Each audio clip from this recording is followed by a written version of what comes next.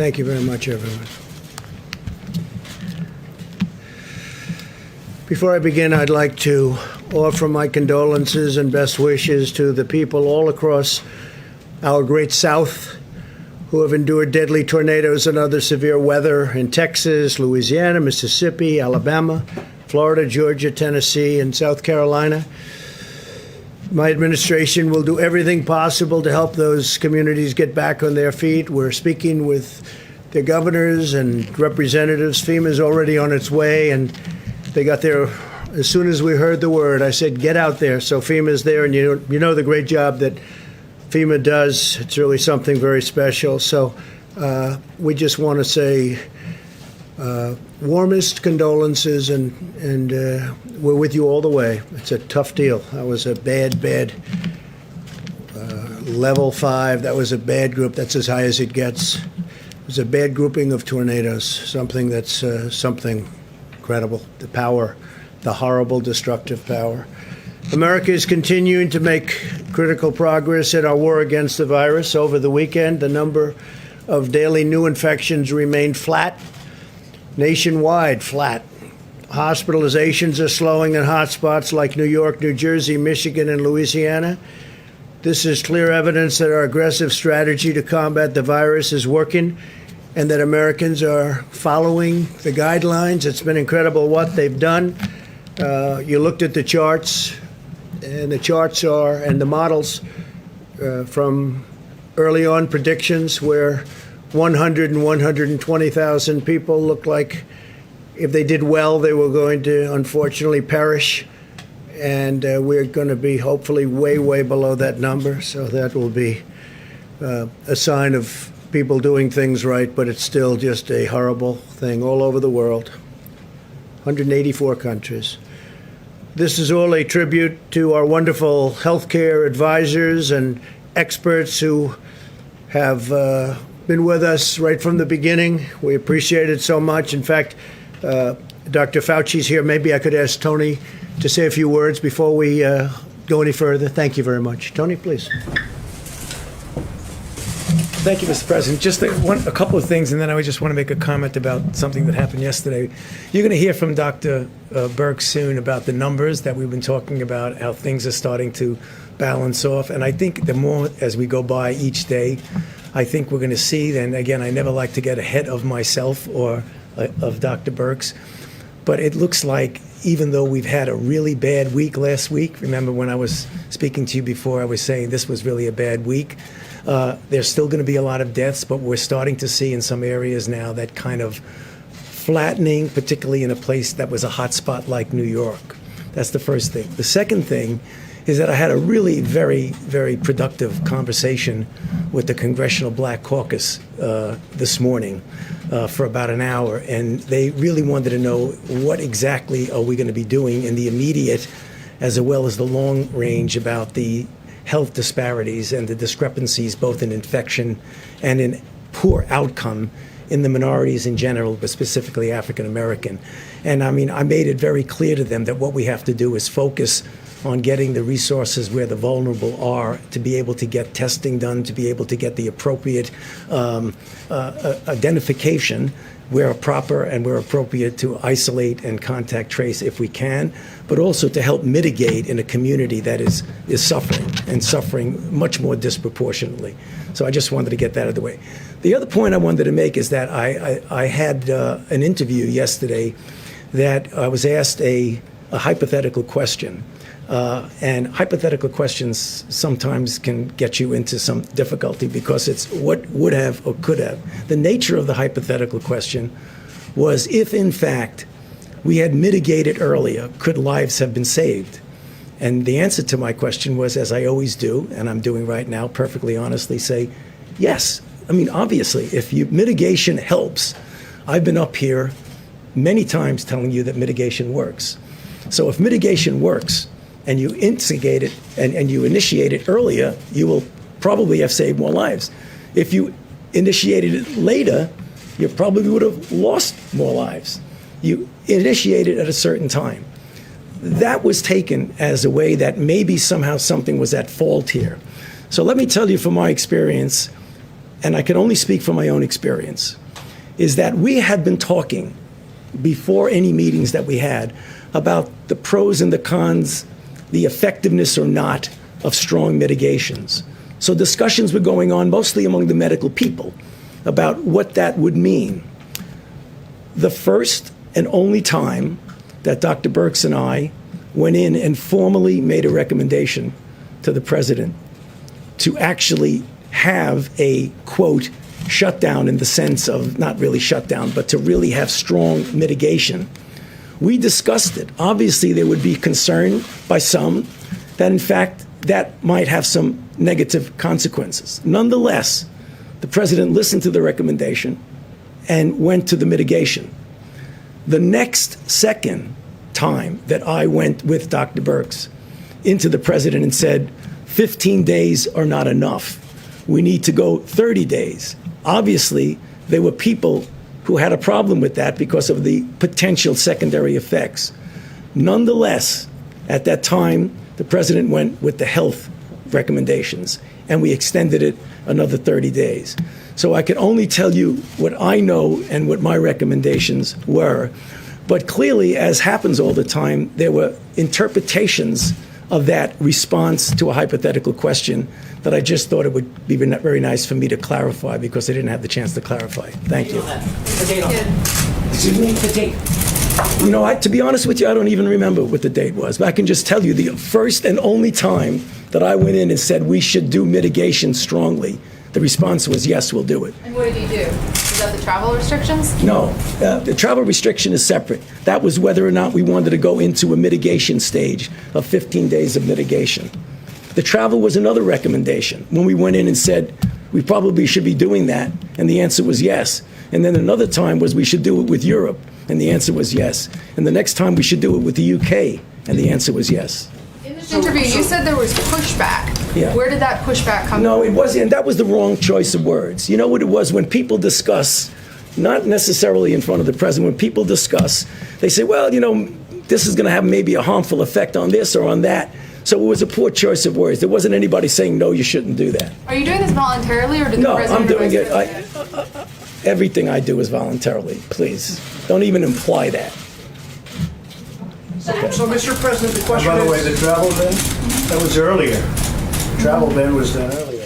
And if you look at statistics, I happen to write a couple of them down. If you look at statistics, so on January 6th, that's long before the dates you're talking about, there were, CDC issued a travel notice for Wuhan, China, a notice, before there was even a confirmed case of the virus in the United States. That's on January 6th. This is all documented because we have so much fake news. I like to document things. January 6th, long before the dates we're talking about, CDC issued travel notice to Wuhan, for Wuhan. On January 11th, we have 0 cases in the United States. 0. We don't have any cases. So there are no cases reported that we know of. This is January 11th. The CDC issued a level 1 travel notice for health, while there were still no confirmed cases. So we had 0 cases. People want me to act. I'm supposed to close down the economy, the greatest economy in the history of the world, and we don't have 1 case confirmed in the United States. That's January 11th. On January 17th, the CDC began implementing public health entry screenings at 3 major U.S. airports that received the greatest volume of passengers from Wuhan at my instructions. There was not a single case of the coronavirus in the United States. So on January 17th, there wasn't a case, and the fake news is saying, oh, he didn't act fast enough. Well, you remember what happened. Because when I did act, I was criticized by Nancy Pelosi, by Sleepy Joe Biden. I was criticized by everybody. In fact, I was called xenophobic.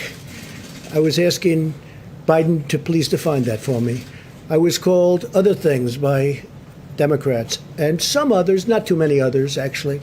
So that, by the media, definitely.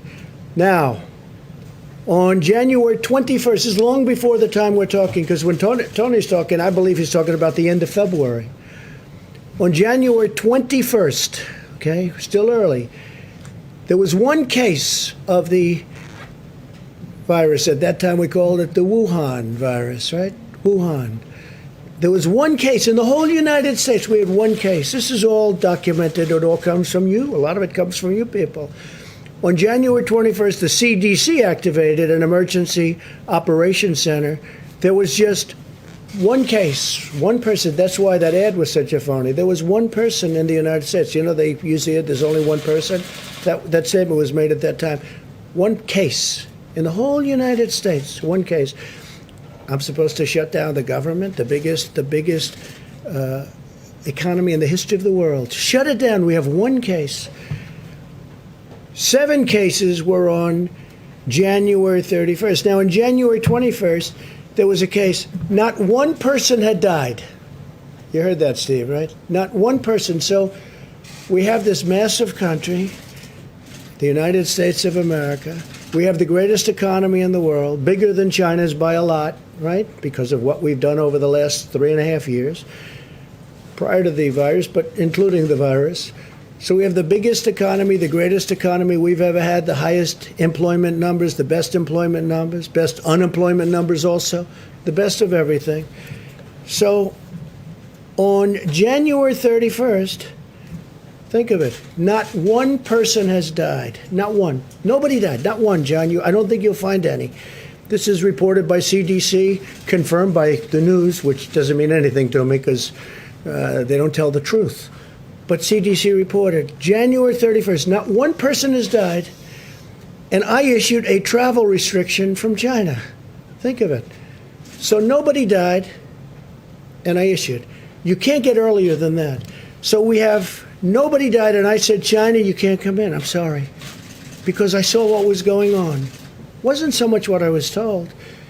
It was that I saw what was going on, and I didn't like it. But I didn't speak to Tony about it, didn't speak to very many people about it. I didn't like it. So what did I do? Ready? January 31st, in the United States, not one person had died because of the Wuhan virus.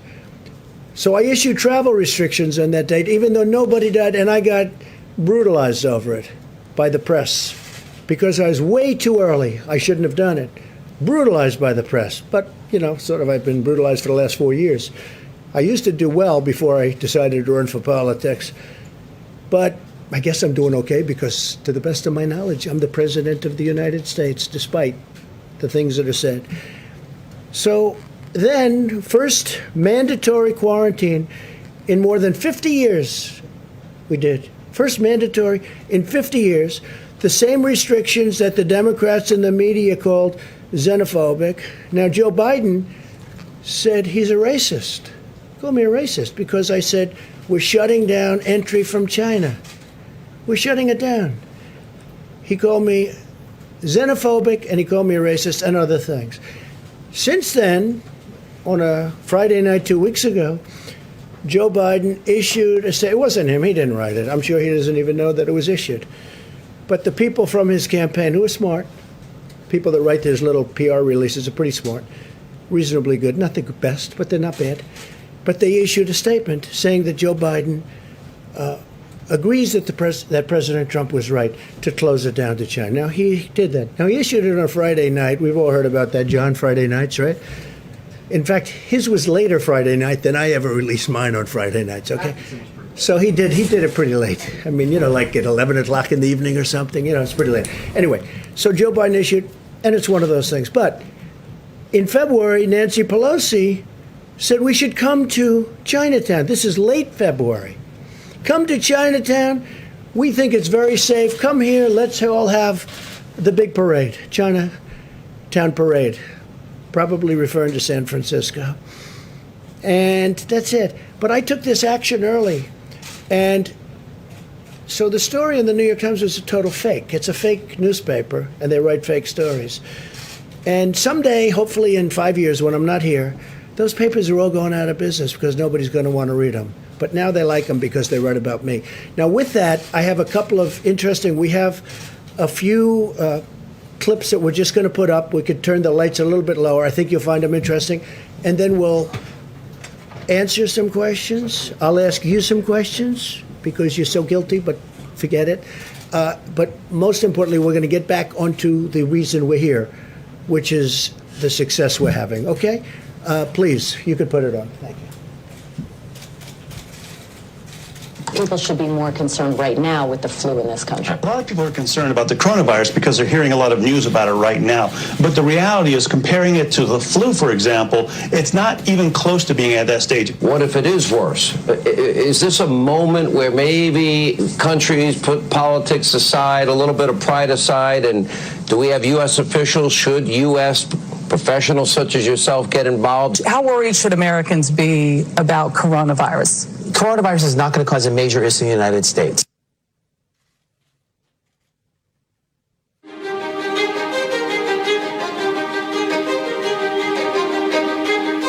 Well, we've asked them to accelerate whatever they're doing in terms of a vaccine. We will be suspending all travel from Europe to the United States for the next 30 days. To unleash the full power of the federal government in this effort today, I am officially declaring a national emergency. Medicare patients can now visit any doctor by phone or video conference at no additional cost. The first 1 million masks will be available immediately. As there were more cases, and it was clear that it was spreading out of China, where it originated, the president took this move that he was widely criticized for by Democrats and even some Republicans at the time, which was he halted a number of flights from China into the U.S. The idea was to halt the spread of the disease, keep transmissions to a minimum. He was accused of xenophobia. He was accused of making a racist move. At the end of the day, it was probably effective because it did actually take a pretty aggressive measure against the spread of the virus.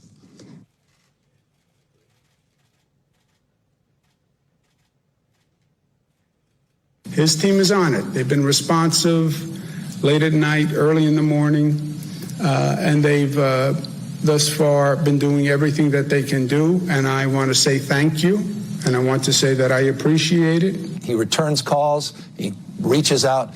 He's been proactive.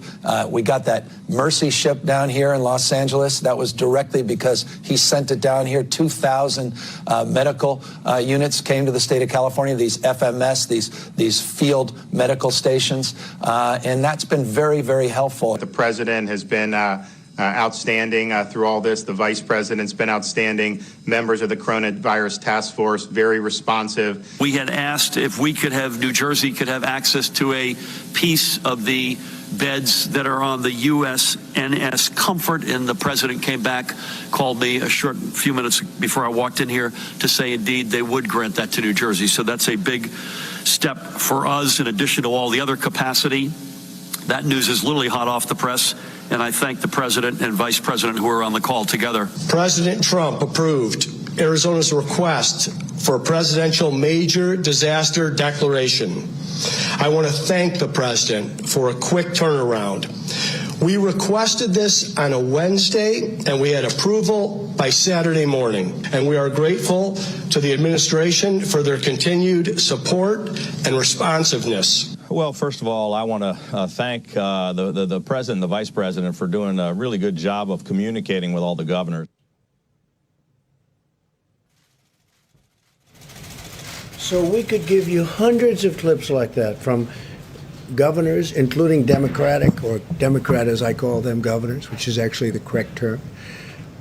We could give you hundreds of clips just like that. We have them. We didn't want this to go on too long, but I just want to say it's, it's very sad when people write false stories like, in that case, I guess it was gotten mostly from the New York Times, which is a highly, if you had libel laws, they would have been out of business even before they'll end up going out of business. So it's too bad. But we could have given, you saw the statements. We have hundreds of statements, including from Democrats and Democrat governors. And if you look, they were all saying, we need ventilators, you don't hear ventilators anymore. They have all the ventilators they need, which we were right about. We said, you're asking for too many, you don't need that. And in all fairness, these two people right here, Dr. Birx, Dr. Fauci, they said, I don't think they need that many ventilators. I said, I agree. at one point, and I'm not knocking New York for this, but they were asking, you remember, 40,000 ventilators. And that's more than they have all over the country. And we got them a lot of ventilators, and nobody's complained. We got them, as you know, beautiful. We built hospital rooms all over the country. The governor of Louisiana, John Bel Edwards, was very nice. He said, you know what, you don't have to build a second hospital, because good news is happening. They're not able to fill the beds. They needed 2 hospitals. We built one. It was perfect. We're just starting the other. I called him up. I said, you think we should build the second one? I don't think you're going to need it. He said, let me get back. He got back. We didn't need it. With Governor Cuomo, in all good spirit and faith, he wanted to have the Jacob Javits Center done. And we built 2,900 incredible beds, incredible. Then we made it COVID, or to be exactly accurate, COVID-19, and which was a lot of work. We had to change the ductwork. We had to seal up certain areas. We had to put areas of rooftop things over the beds. We did a lot of work, and we had it, but they never really had too much use for it. And they called also, Mayor de Blasio, rightfully, he called, he said, would it be possible to get more medical help? So now not only are we building facilities, they're asking us for help because they're unable to man it. And we got him the help. We got Mayor de Blasio a lot of help.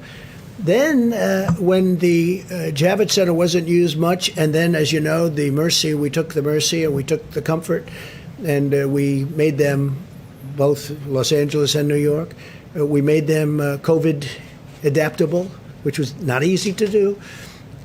And we didn't get almost any people sent there. They didn't need them at the beginning because they didn't need it for anything but this, because there were fewer accidents, fewer motorcycles, fewer everything.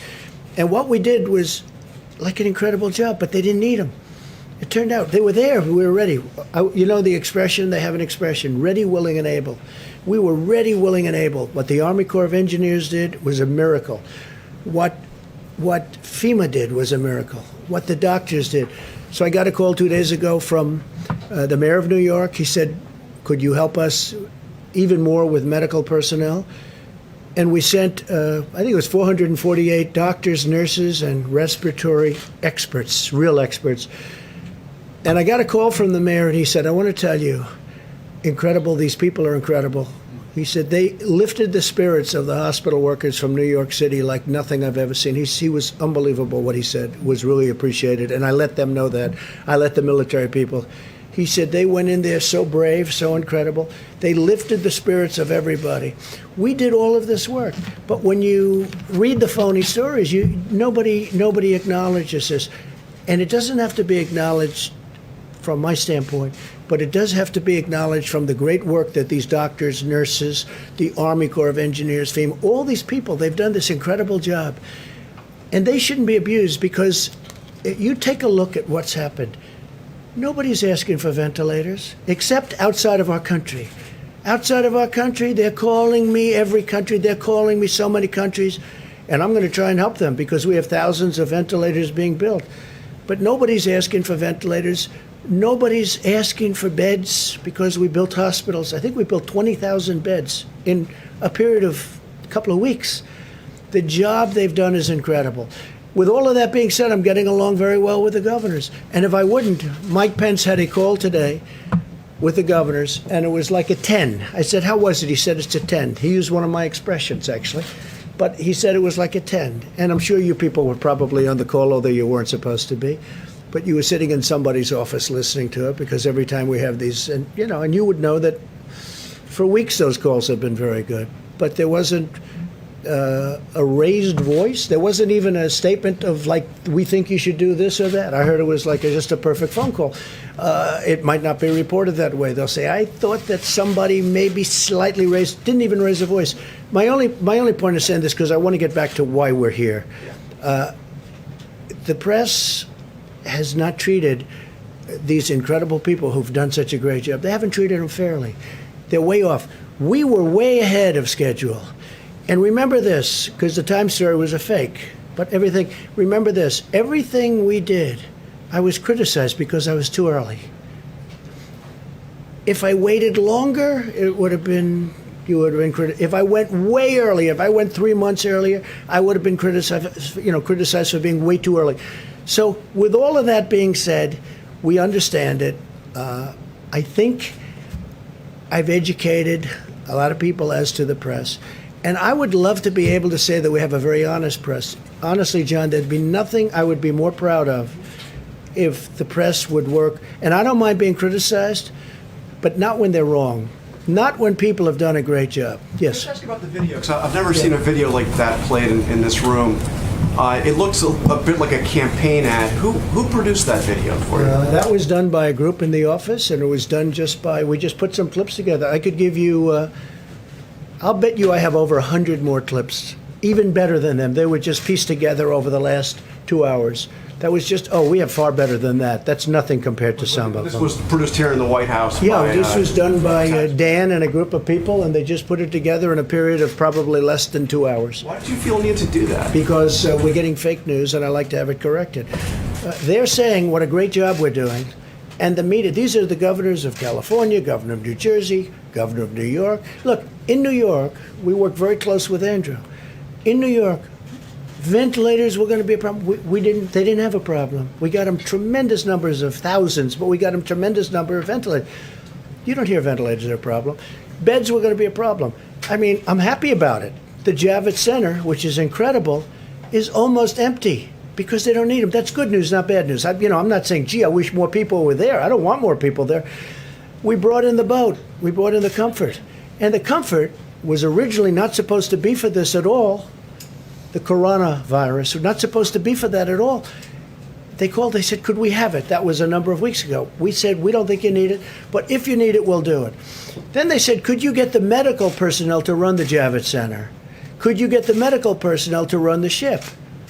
We said, if it's necessary, we will, and we did. There were military personnel. That's the ones that Mayor de Blasio was so great to in terms of his statements. I mean, I really appreciated his statements. He was so impressed with them, and I am too. The level of genius and bravery, they're great people, the military people. And we pieced that together. I would say it took less than 2 hours. It was done in-house, Steve. But just to be clear, this was produced by government employees, by people here at the White House, this campaign-style video. I wouldn't use the word produced. All they did was took some clips, and they just ran them for you. And the reason they did is to keep you honest. Now, I don't think that's going to work. It's not going to have any impact. But just think of it. You heard the clips. You heard what I said. They said, I acted late on closing down the country. Some people wish we never closed it down. Now, if we didn't, we would have lost hundreds of thousands of people. You know, interestingly, so I'm against it. We did the right thing. Everything we did was right. If we would have closed down... mistakes along the way here? You think everything you did was right? Well, look, governors should have had ventilators. They chose not to have them. We were able to get them ventilators. You haven't heard, other than, there was a lot of panic, a lot of screaming. We want ventilators. They got the ventilators. You don't have that anymore. And the surge is supposed to be coming now. And if they do need ventilators, John, we've got almost 10,000 that are ready to rock.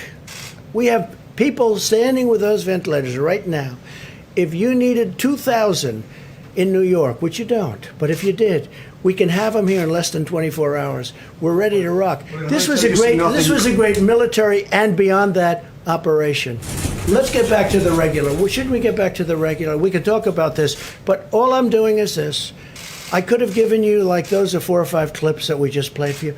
I could have given you hundreds of people. I mean, Gavin was on television 2 days ago with one of your competitors singing prayer. He says, look, the question was asked in a negative way. He said, look, I know what you want me to say, but he's been really good. It's hard for me to say that. In fact, it's impossible for me to say it. Gavin Newsom, the governor of California.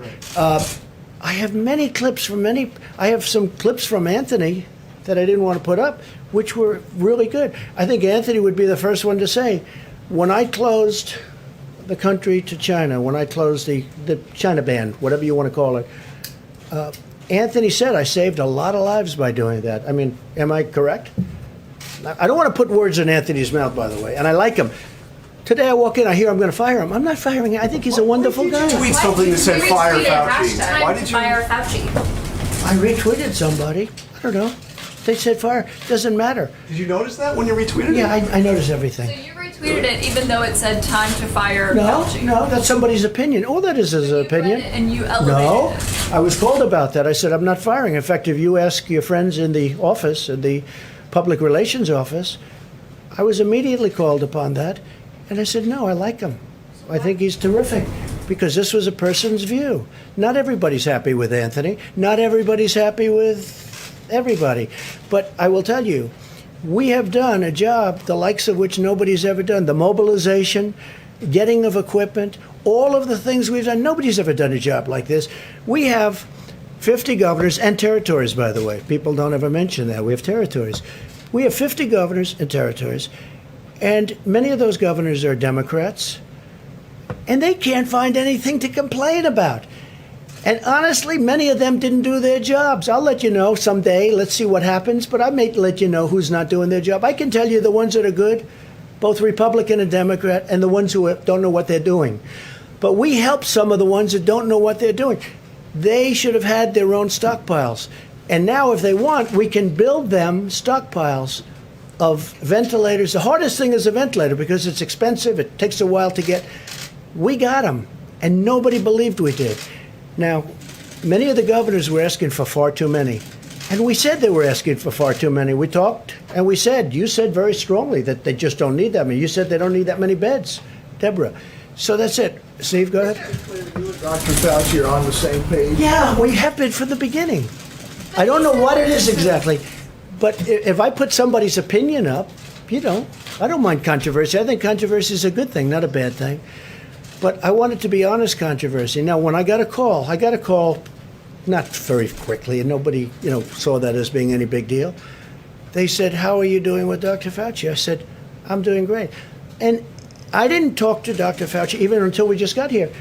Dr. Fauci asked one of the people if he could get up and speak. And he did. So he said that And they totally question- misinterpreted him. I saw what they did. Can I ask you, he said the question was hypothetical, but what he was just acknowledging is that lives would have been saved if the mitigation practices were put into place earlier.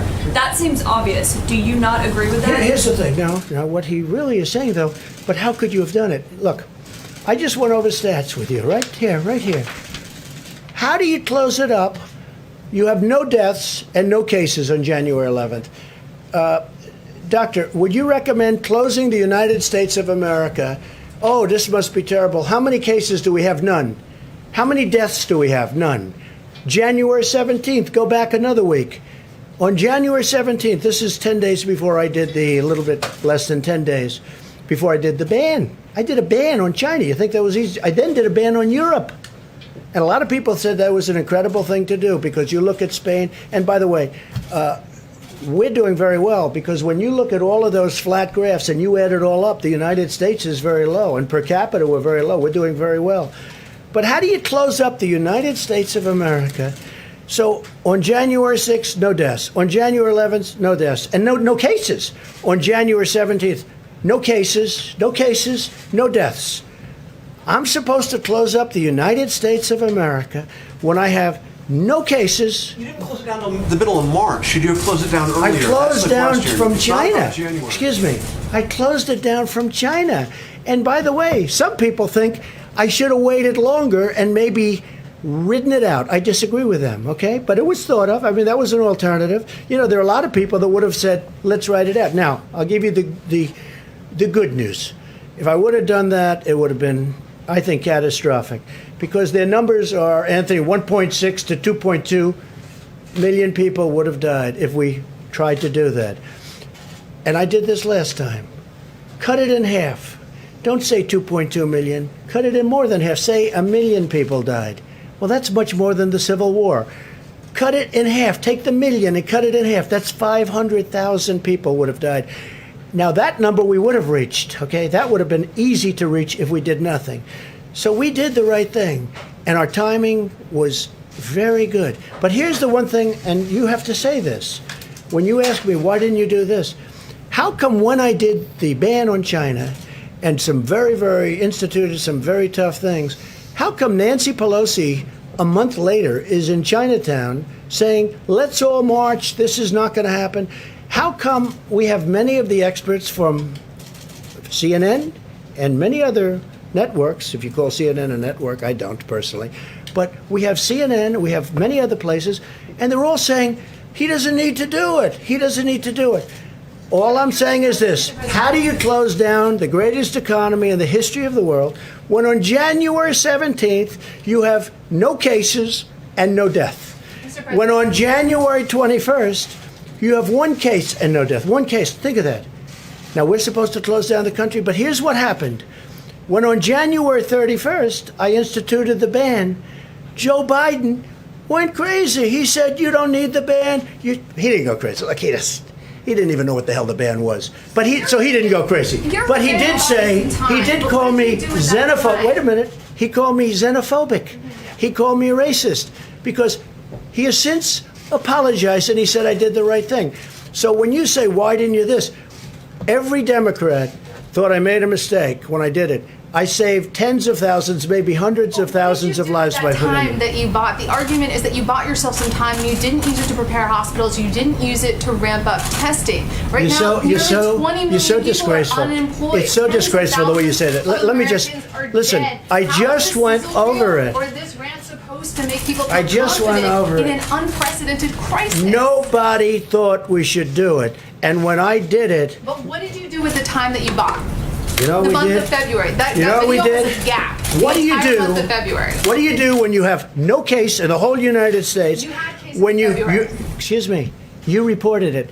0 cases, 0 deaths on January 17th. January, February, the entire January, month of I said February. in Your video January. has a complete gap. On Month of January February. 30th. What did your administration do in February with the time that your travel ban bought A you? lot. A lot. And in fact, we'll give you a list. What we did, in fact, part of it was up there. We did a lot. Look. You know you're a fake. You know that.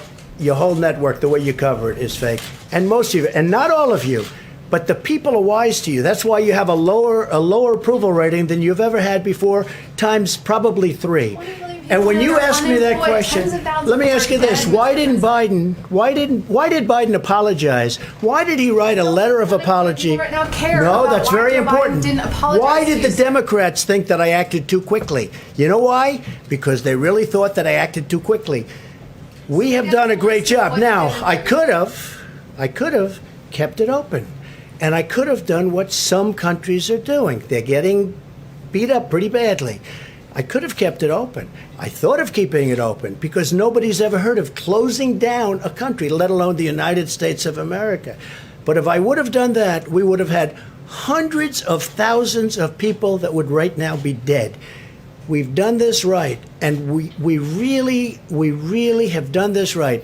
The problem is the press doesn't cover it the way it should be. Go ahead. One more question, Steve. Go ahead. There's a debate over what authority you have to order the country reopened.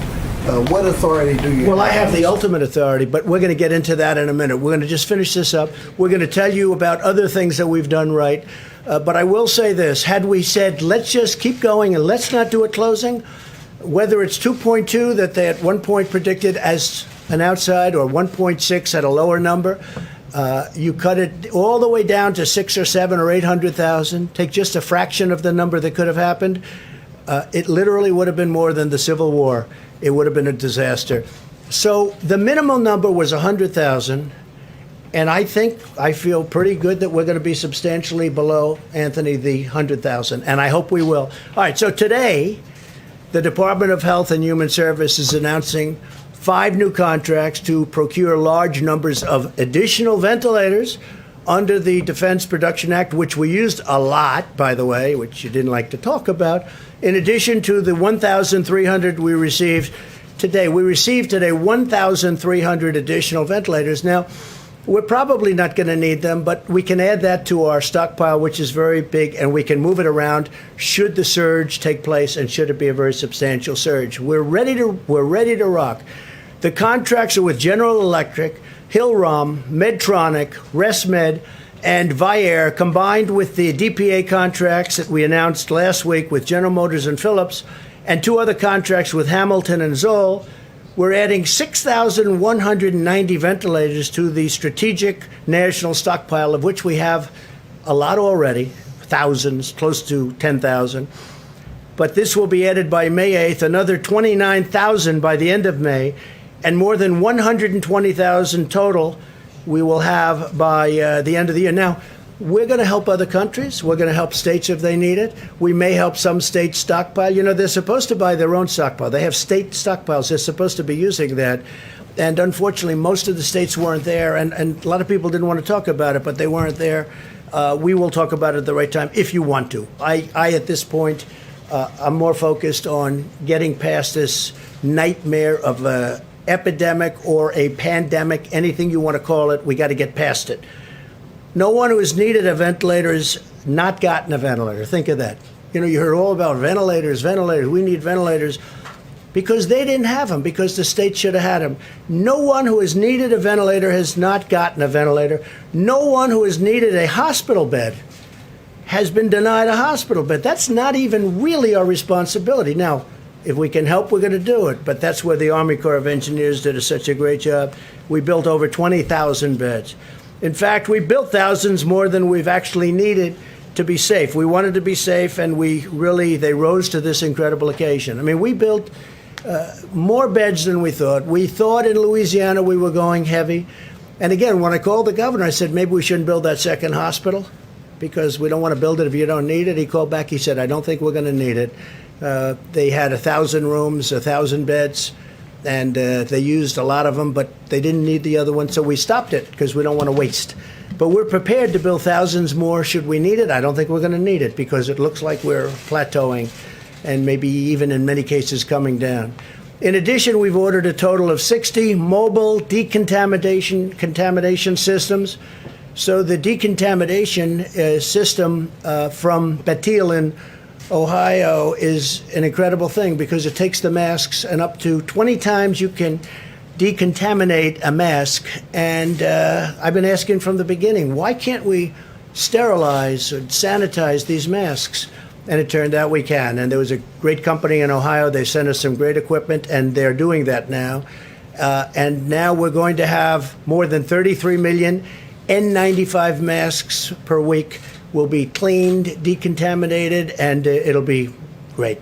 It's something that, frankly, I think people should have thought of a long time ago. 5 more flights landed today as part of the Project Airbridge, our massive airlift operation to bring personal protective equipment into the United States, which has now delivered nearly 500,000 N95 masks, 370 million gloves, 25 million surgical masks, and 4.9 million gowns. So we have millions of gowns, gloves, masks, all surgical equipment coming in should the states need it.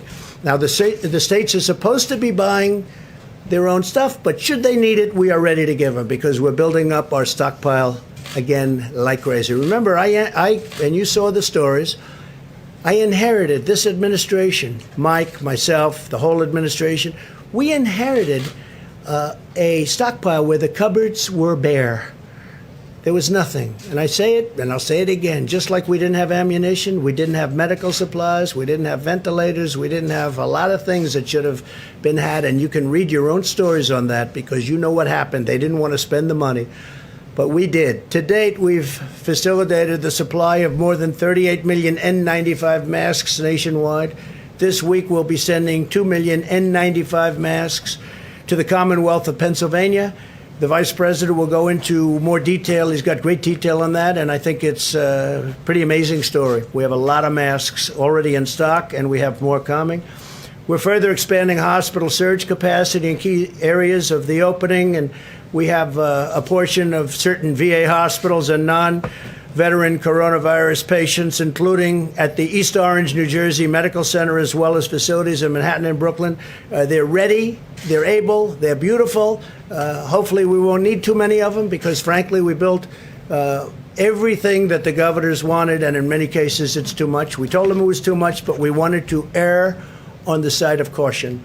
The United States has now conducted nearly 3 million tests for the virus. 3 million, the most of any nation.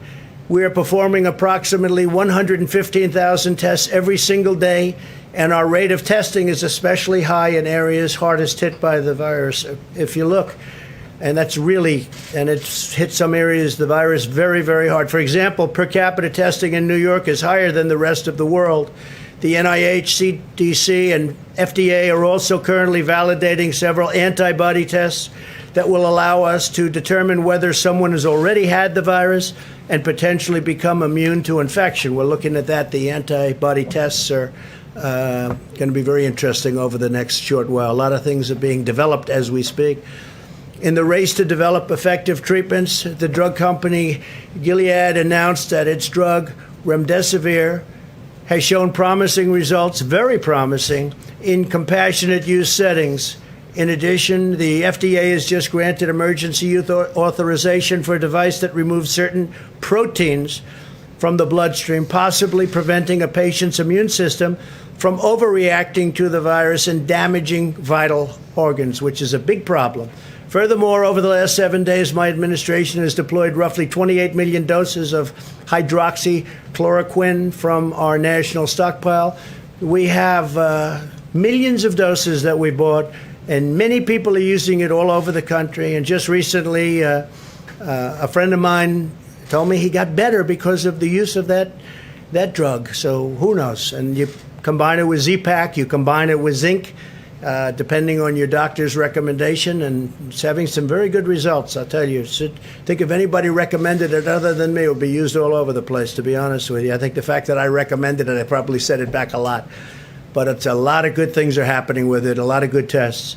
Scientists are also pursuing a blood therapy known as convalescent plasma. Convalescent plasma. This therapy uses antibodies from the blood of recovered patients to treat those who are sick. And this is something that actually is a very old procedure, but it's done in a very modern way. During this difficult time, we're also working to ensure that the 2020 census is completed safely and accurately. We may be asking for an extension because obviously they can't be doing very much right now. They wouldn't even be allowed to do it. So the census, we're going to be asking for a delay, a major delay. I think, how can you possibly be knocking on doors for a long period of time now? The Census Bureau recently made the decision to temporarily suspend its field operation data collection activities to help stop the spread. In addition, while millions of Americans continue to complete their questionnaire online, the Census Bureau has asked Congress for a 120 extension. I don't know that you even have to ask them. This is called an act of God. This is called a situation that has to be, they have to give. And I think 120 days isn't nearly enough. My administration is also taking bold action to help American workers. On Friday, Americans began receiving the cash payments authorized by a historic $2 trillion relief bill. By the end of the week, nearly 80 million Americans will receive a total of $147 billion. And from what the Secretary of the Treasury tells me, that's very much on time and going very nicely. He'll be speaking in a moment. In payments, these payments go directly into the banks and the bank accounts of these people. Millions of additional payments will follow. The typical family of four will receive $3,400. That's for a family of four. That's something. Additionally, through our Paycheck Protection Program, which is a tremendous success, and they should extend it and increase it. This has been a tremendous success. So successful that the banks are taking a little bit longer to distribute the money, but it's going rapidly. We've now processed over $200 billion in loans to help small businesses retain their workers. Now we urgently need lawmakers to set aside the partisan agendas and to replenish this program with new funds, because it's really something that has been an incredible success.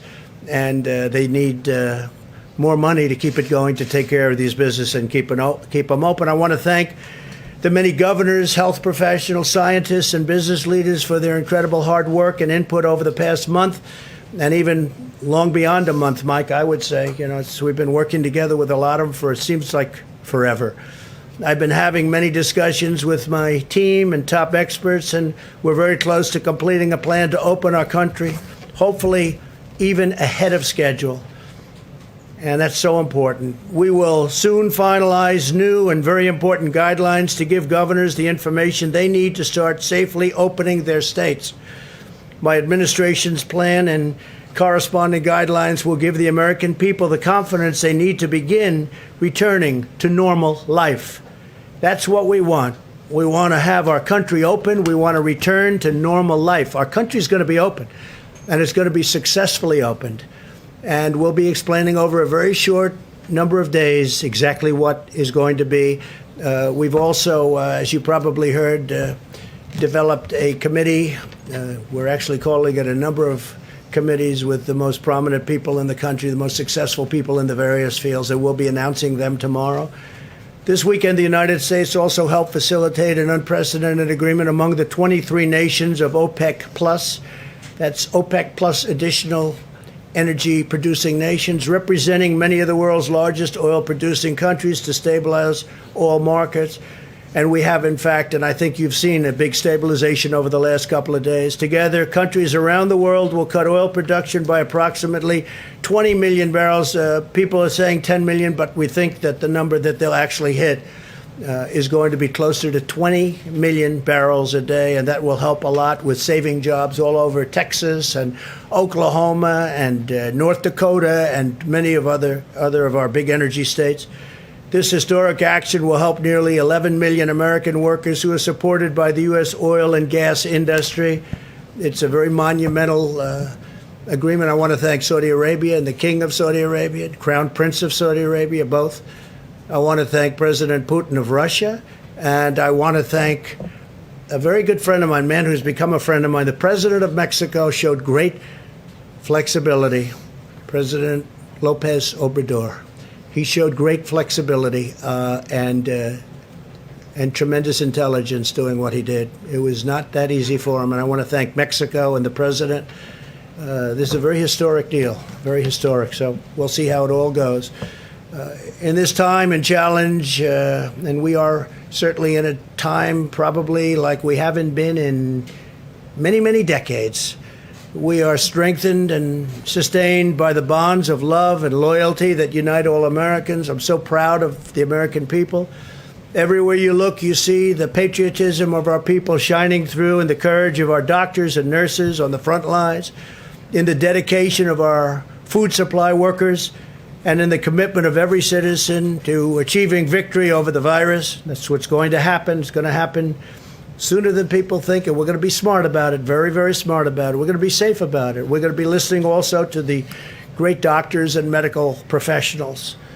Together, we're beating back the invisible enemy, and we're paving the way for great resurgence, really a great resurgence for American prosperity. Our country wants to go back. They want to go back to work. They're going to go back safely, and that's what we want. I'd like now to ask Vice President Pence to say a few words, followed by Dr. Fauci and Dr. Birx. I think before we do this, because I know there's an emergency where they want Steve to come, so what I'll do is I'll ask Steve to come up, Secretary of the Treasury. You can talk a little bit and then maybe take a couple of questions about what's happening. Tell them the success we're having. Thank you very much. Thank you, Mr. President and Mr. Vice President. As you announced, we are very pleased that we are ahead of schedule on delivering the economic impact payments. These were what was known as the checks in the mail that we want to deliver in direct deposit. This is ahead of schedule. We started processing those last Friday. We expect that over 80 million hardworking Americans will get the direct deposit by this Wednesday. And we know how important that is to all of those hardworking Americans, many of which are at home not working at the moment. If you do not receive them by Wednesday, on Wednesday we will be launching at irs.gov. Click on irs.gov, go to Get Your Payment. If you filed a tax return in 2018 and 19 or 19, have that information available. You'll be able to ID yourself. You'll be able to put in your direct deposit information. And within several days, we will automatically deposit the money into your account. We want to do as much of this electronically as we can. It's very important in this day and age. It's more secure, and you don't have to go to the bank. If you are a Social Security beneficiary, you do not need to do anything. You will get a direct deposit.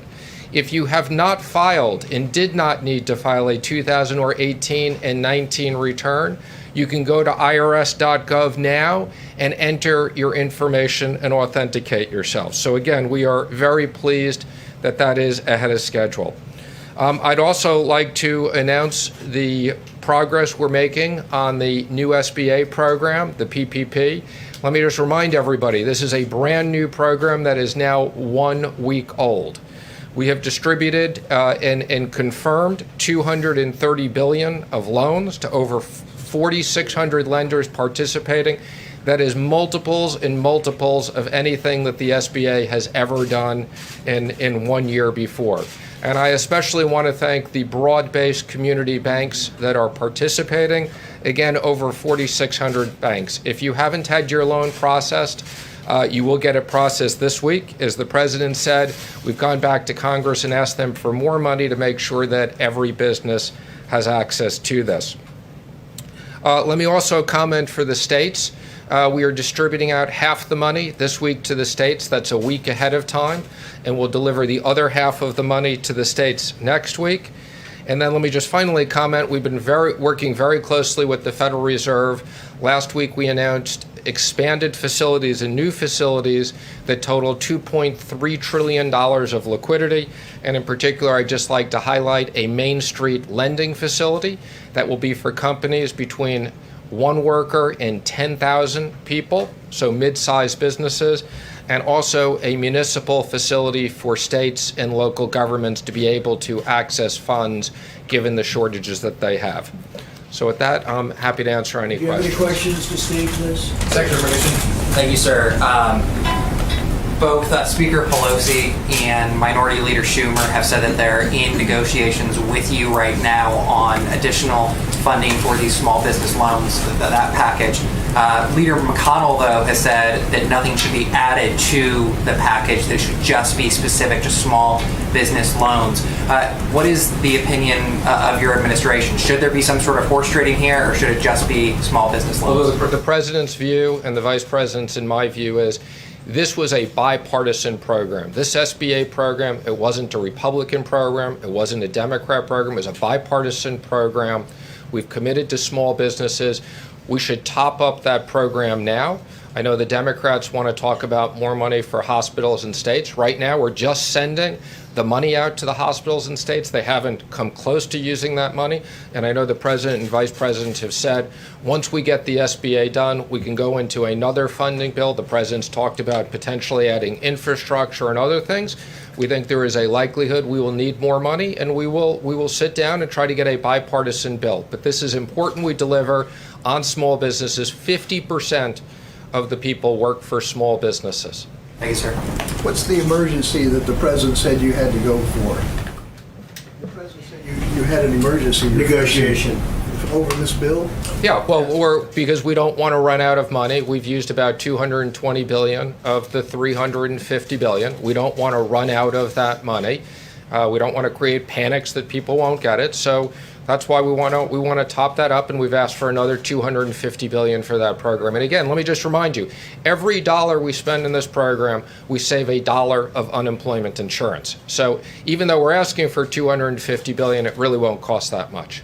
Could I follow up? Do you have concerns about lifting the guidelines too soon? I mean, what's the economic impact? I understand the economic argument for getting people back to work, obviously, but what's the economic risk of lifting them too early and seeing a spike in cases again? Well, of course, there's economic risks in both directions. We reviewed with the president today a very broad list of over 100 business people that are going to help advise the president on what needs to be done to reopen the economy. We want to make sure, and again, the combination of economic impact payments, small business payments, enhanced unemployment insurance, the president made very clear we want to make sure that hardworking Americans have liquidity while we wait to reopen the government. So do you believe the government should be reopened, or the country, should be reopened on May 1? I've had discussions with the president. I know he's considering it, and I believe he's going to make a decision later in the week. Everything has to be safe. What is your advice to the president? My advice is as soon as it's ready to open and based upon the medical professionals, and again, we're working very closely with the president and outside business leaders to develop a plan. I just want to ask you, Mr. President, what do you think, if you could sketch for us what reopening the economy looks like? Do you think it's going to be everything open, or do you think... We'll be doing that over the next few days because we'll probably be making a statement about that and exactly what it looks like. I know what that looks like, but I also want to get the advice, in a sense. We have some of the biggest from every business on this council. We're actually setting up a number of different councils or committees, I guess you could call them. And we have a lot of smart people I think that they will give us some also good advice. But no, we want to be very, very safe.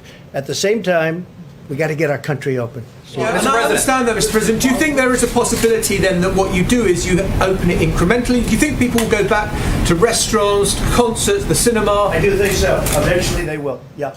And let me ask one. I think eventually they will do that, and I think we're going to boom. I think it's going to go quickly. Our people want to get back to work, and I think there's a pent-up demand like there hasn't been in a long time. And that's why you see the stock market.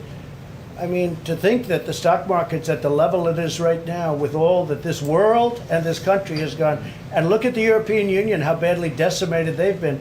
Look at other countries. Look at China, by the way. I've seen the numbers. Look at China. Look at how these countries have been just decimated by this. And to think that the stock market is at this tremendously high number, not that much, it was looking a little bleak for a while, but it hit a certain point and then started going up. I think that's a great tribute to the fact that there's a demand. Yeah. Mr. President, thank you, sir. In regards to some of your tweets earlier today, and I think it was Steve's question, my question to you is what provision in the Constitution gives the president the power to open or close state economies? And then numerous provisions. We'll give you a legal brief if you want. And then we'll be looking forward to that, sir. But following up, what happens if you say, for instance, we want states to reopen, but California or New York do not open? What would you do then? I think everybody wants to open. I mean. Sorry, can I just ask one other thing? That could happen, but I don't think that would happen. It's been states that have closed, ordered schools closed. It's been states that have ordered businesses like restaurants. That's because and I let bars that closed. happen. Because I would have preferred that. I let that happen. But if I wanted to, I could have closed it up. But I let that happen. And I like the way they've done it.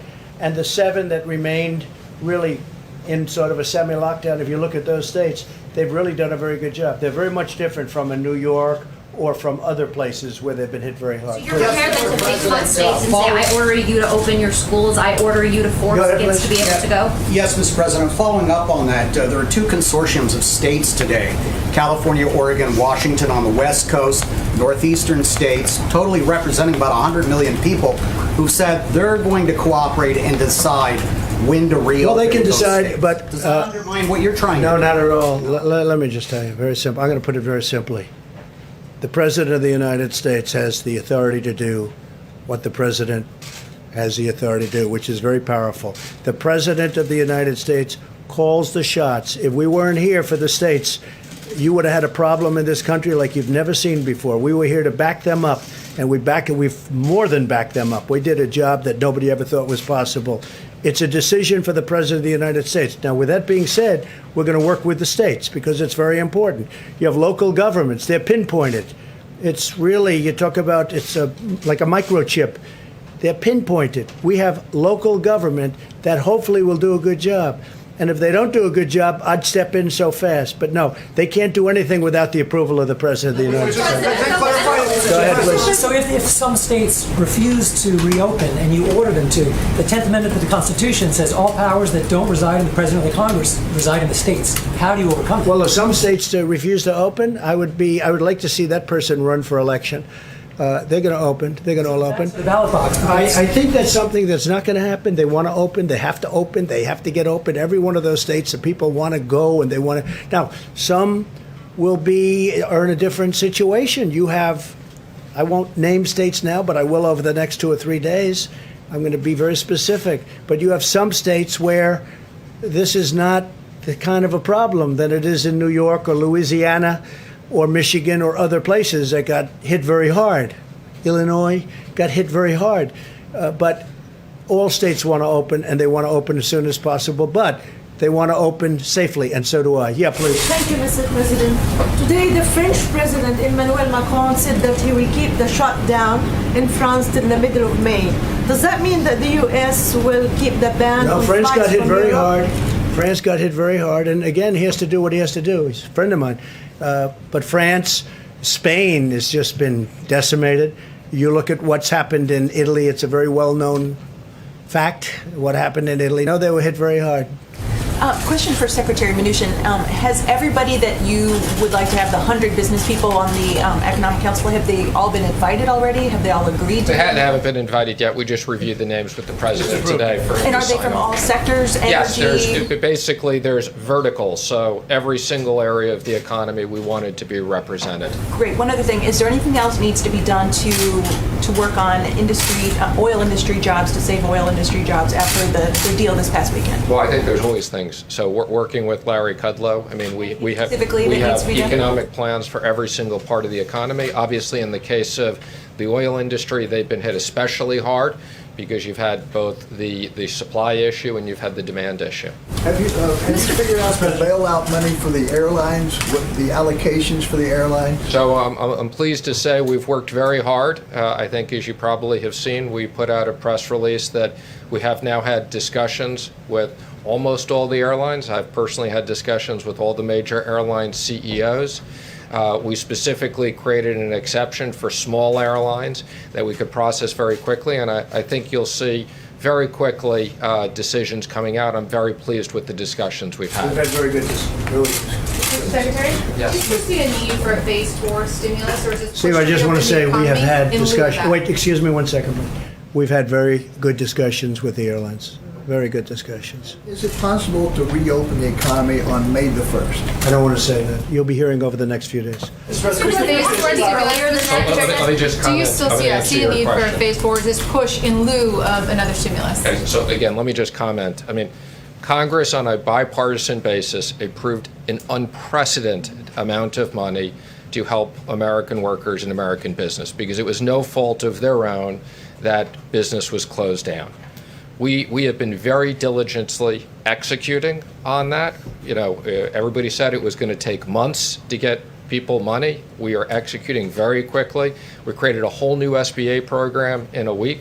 Our job right now is to execute the $2.3 billion, which we can add several $1 trillion with the Fed. The one area we are particularly concerned about is the small business program. Quite frankly, it's even more incredibly popular and successful than we anticipated. So the president wants to be very clear we have money for that.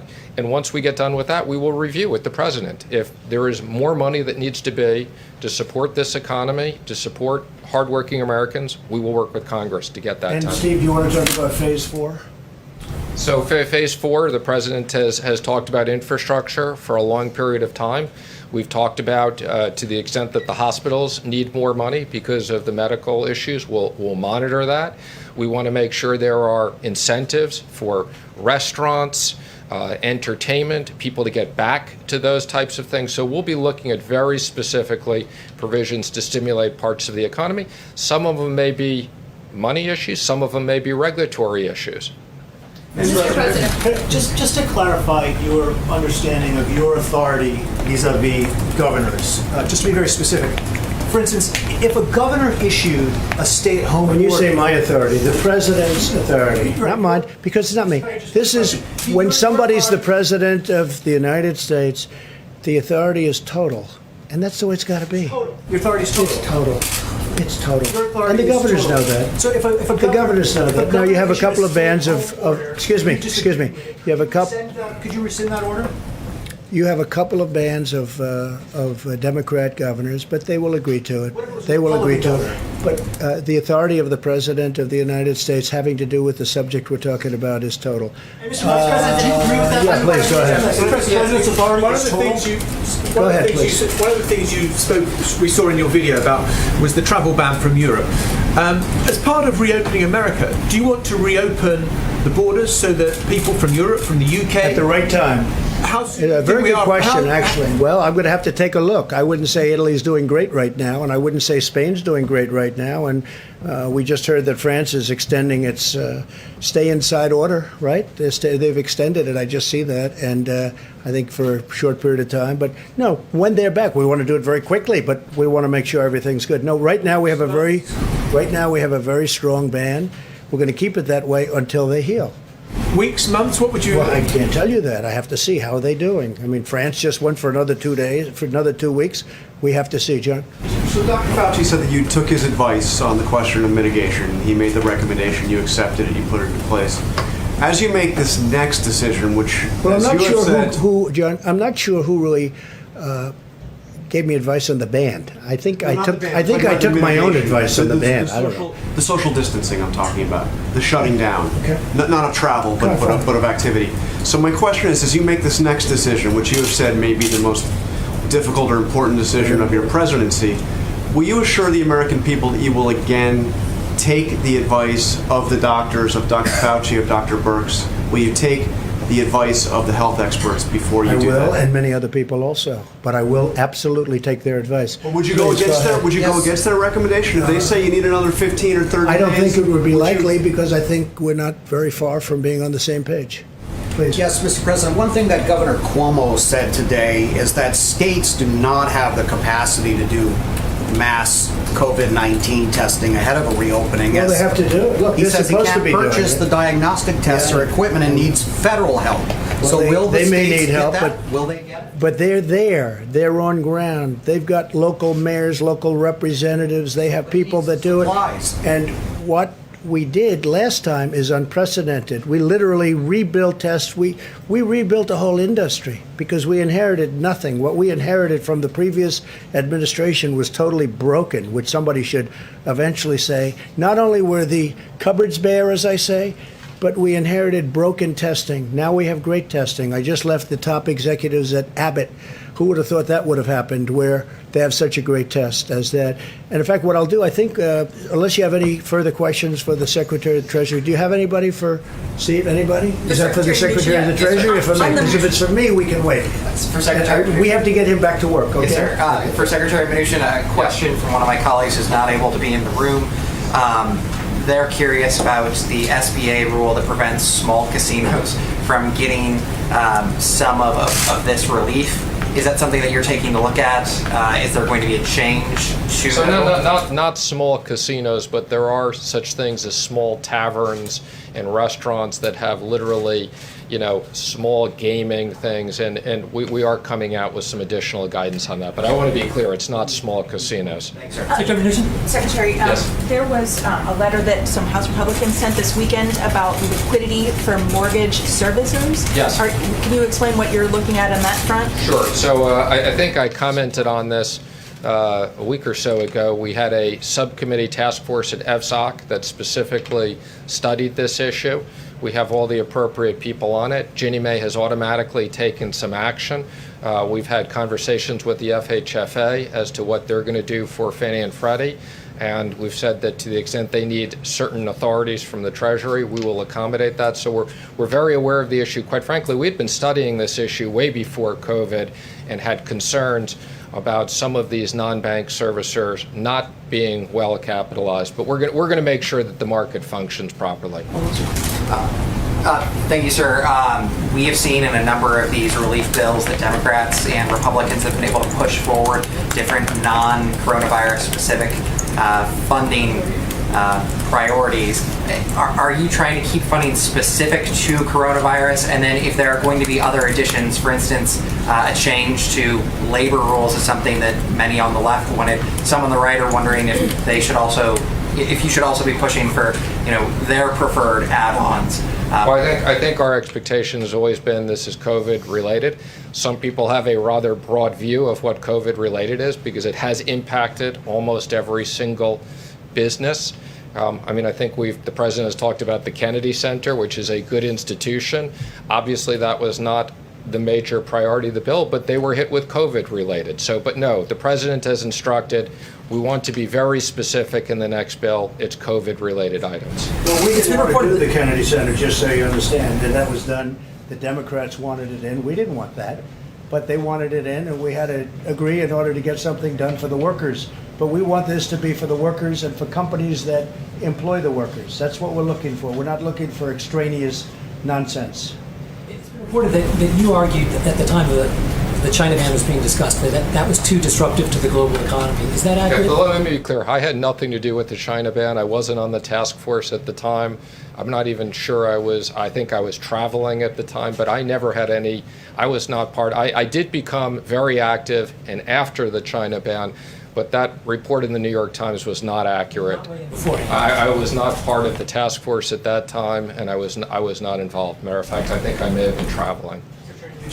There's a proposal, I believe, by Senator Hawley to get direct payments to employers to pay people who have been laid off and to keep people on payroll. Does the administration support that proposal? Well, again, that is the PPP. The PPP is basically sending money to small business, 50% of American workers, to keep those people paid. And it's the most efficient way. Every dollar, as I said, we do through that, it's one less dollar of unemployment. And more importantly, we want those people to be associated with the business, so as soon as the president is ready to open up the economy, those businesses are together. We don't want those businesses to fall apart. That's why this is such a successful program. But are and we you want talking about Congress to remember unemployment? it. You're talking about the unemployment. Sending it indirectly to the states. We would have preferred that it was sent directly to the people. The Democrats wanted it to be sent through the unemployment system, and you know, I've talked to you about it. We have 40-year-old equipment in many of those systems. They're run by the state. But I'm hearing they're getting the money out anyway. So some of them are, and some of the states aren't, and we encourage, we're working with the states to try to update their computers, but it's a long haul. Okay? Thank you, Steve. Thank you, Mr. President. Phase 4, Steve. Phase 4. Come on, Steve. A quick question about something you just said. You said when someone is president of the United States, their authority is total. That is not true. Who Okay, told you know that? what we're going to do? We're going to write up papers on this. It's not going to be necessary because the governors need us one way or the other, because ultimately it comes with the federal government. That being said, we're getting along very well with the governors, and I feel very certain that there won't be a problem. Yeah, please, go ahead. Has any governor agreed that you have the authority to decide when their state I haven't opens asked back up? anybody because But I no don't. one has You know why? said Because I don't have to. Go ahead, please. But who told you the president has the total authority? Enough, please. You mentioned the vice president's call with the governors today. Governor Hogan of Maryland has urged your administration to ask Congress for $500 billion to help stabilize budgetary shortfalls created by coronavirus. It's nice of Governor Hogan. Very much. We appreciate Governor Hogan's statement. Governor Cuomo said the CARES Act ignored state government Cuomo. revenue shortfalls. Do you support that request? And Mr. Which Vice one? What President, did you say? he said the CARES Act ignored the budgetary shortfalls. Well, they're looking at things in phase 4 where they have, where they talk about states, and they're also talking about hospitals. They're talking about states who have been battered, and they're also talking about hospitals, and we're certainly willing to look at that. Will you urge Congress on their behalf? We'll see what we all come back with, but they are talking about states, and they're talking about hospitals. OAN. Thank you, Mr. President. Governor of Michigan, Gretchen Whitmer, has on Thursday signed an executive order banning the sale of non-essential goods. If other states Sale of what? non-essential goods, she has banned the sale of non-essential goods. Many are calling this draconian, unconstitutional. As president, do you think that if other states were to follow her example in the coming weeks, that the federal government should intervene? Well, I don't think that's going to happen. I think it's very extreme, but she's doing it, and I think it's going to be over a long way before we have to start thinking about it too much. It is strong. It's a very strong position to take. But they're making a lot of progress in Michigan, so let's see how it all works. What is the status of the funding for the World Health Organization? We're going to be talking about that very soon. I'm getting a full report. I'm not happy with the World Health Organization. Not happy with the World Trade Organization either. We've been ripped off by everybody. This country, for so many years, has been ripped off by everybody, whether it's a World Health or World Trade. They're like, I call them the Bobbsey twins. They look at our country. For years and years, we had people that did nothing about it. We're doing a lot about it. So we'll have a report, and we're also talking about the World Trade Organization.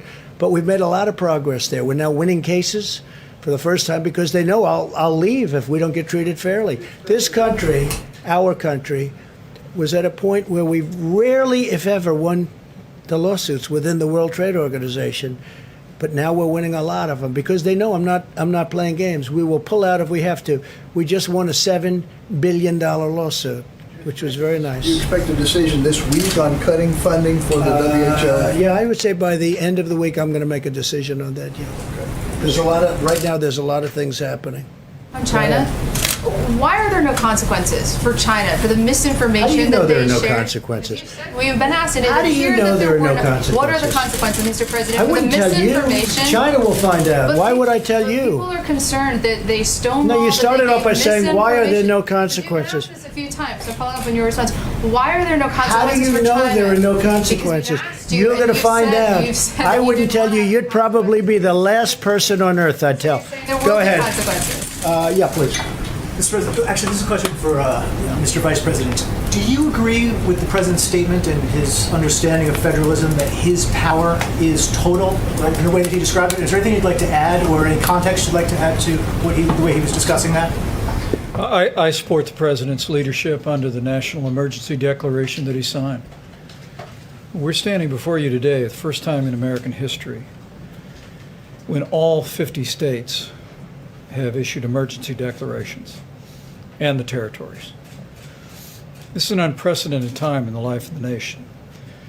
And fortunately, as presidents reflected, and our health experts will continue to reflect, because the American people have heeded the president's coronavirus guidelines for America, because state governors have taken those and implemented them, even in states where there was not a significant outbreak, and implemented additional measures as we provided them with data about cases and best practices.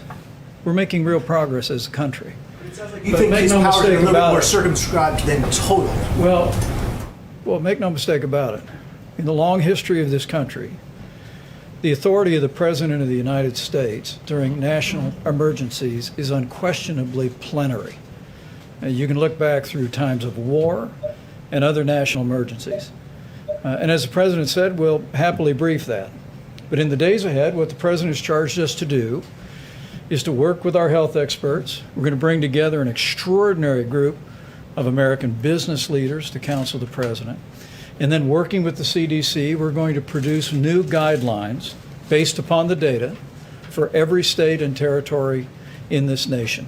We're going to give them guidance, and as the President's indicated, we'll continue to respect the leadership and partnership that we forge with every governor in America. But this is an unprecedented time. But I have to tell you, when you look at the fact, despite the heartbreaking loss of more than 22,000 Americans, when you look at the fact of what the health experts told us this could be, I think I only can feel a sense of gratitude to the American people.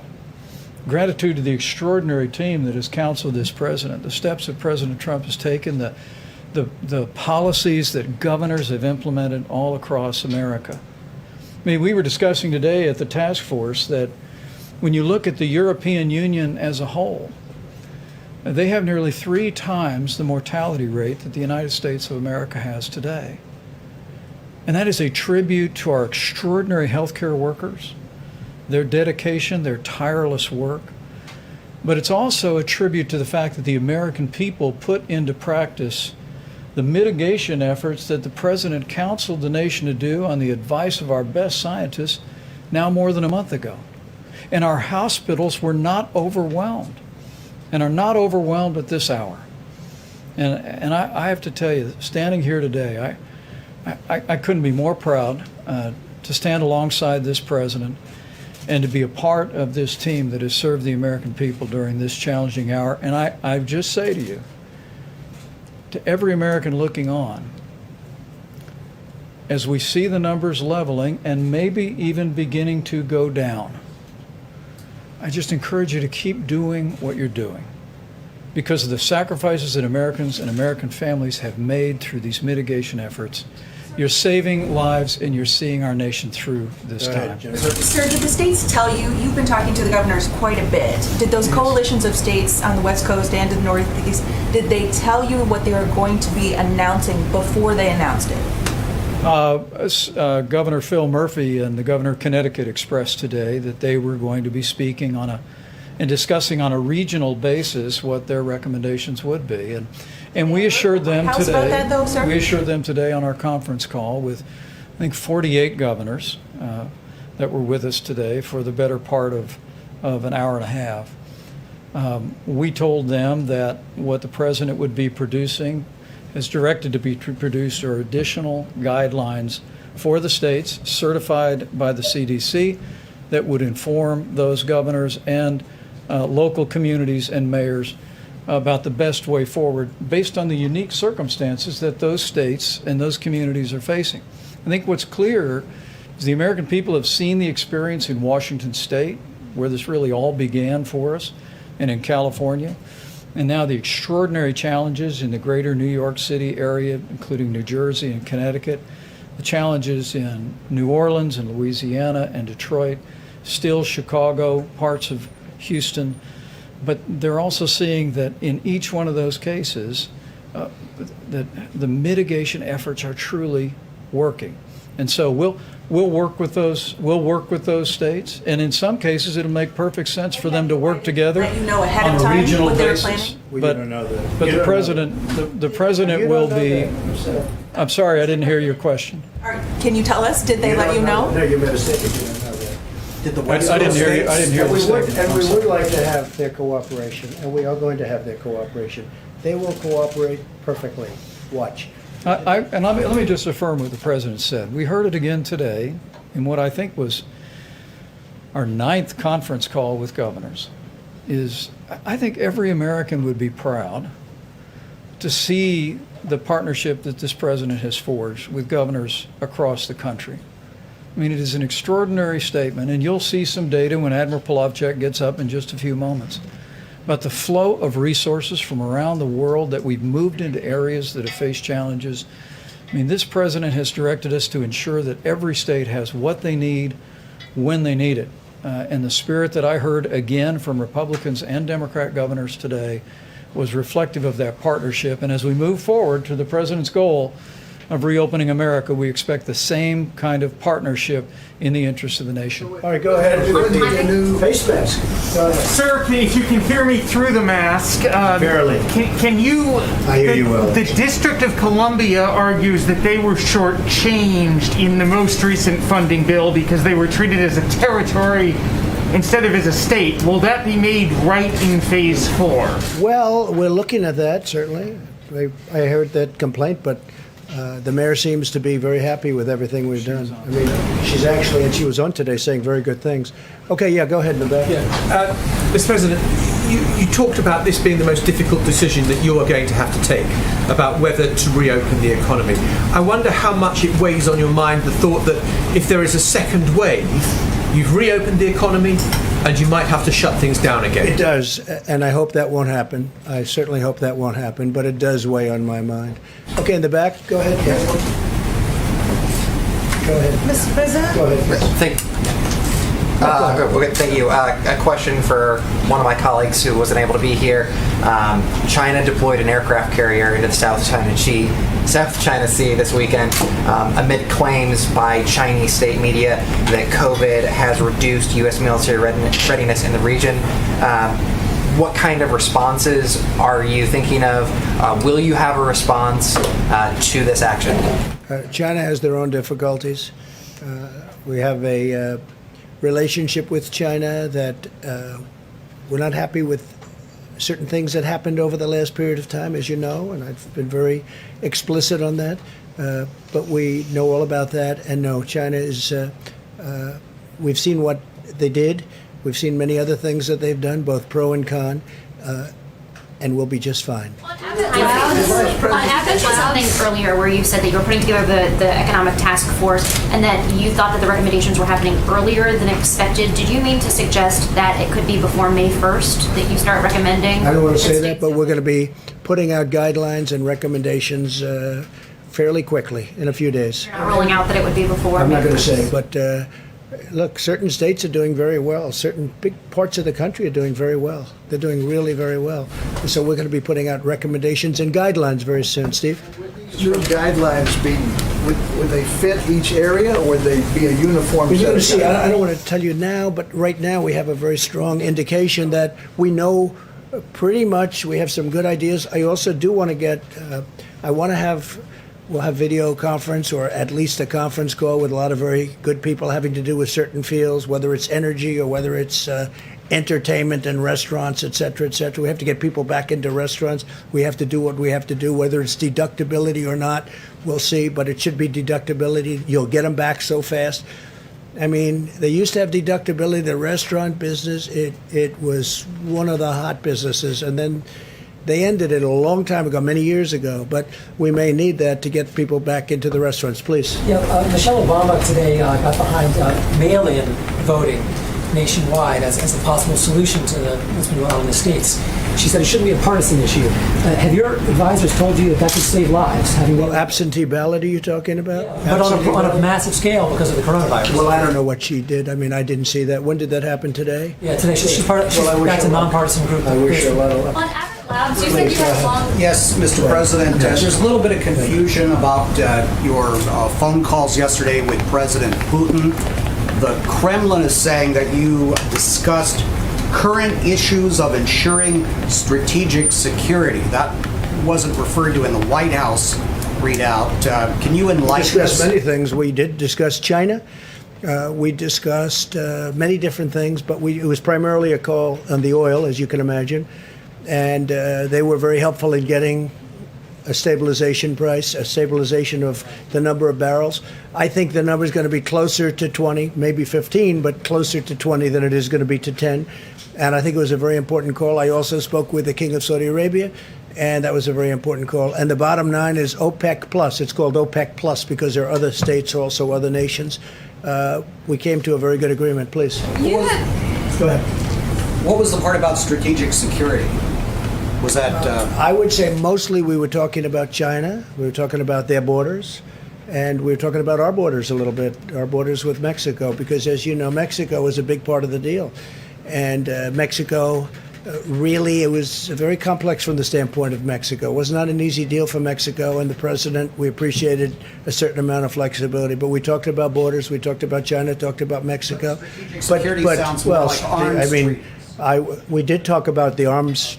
Yes, we did. That was a very important part of the call, actually. Yeah, good point. Please. So on Abbott Labs, you said testing is going great. We know that these machines have been sent to some of the governors, but some of them are saying they don't have the materials to actually conduct. Well, they have the to get tests. the material. You know, the governors have to get the material. Now, if they can't get it, they're going to see us. I'm talking about the local governments. I'm talking about governors have to get the material. Now, they have machines. In fact, we're going to go into, I asked Mike to go into it as soon as I leave. They have very powerful machines that they don't know they even have. I'm not talking about Abbott. I'm talking about the governors.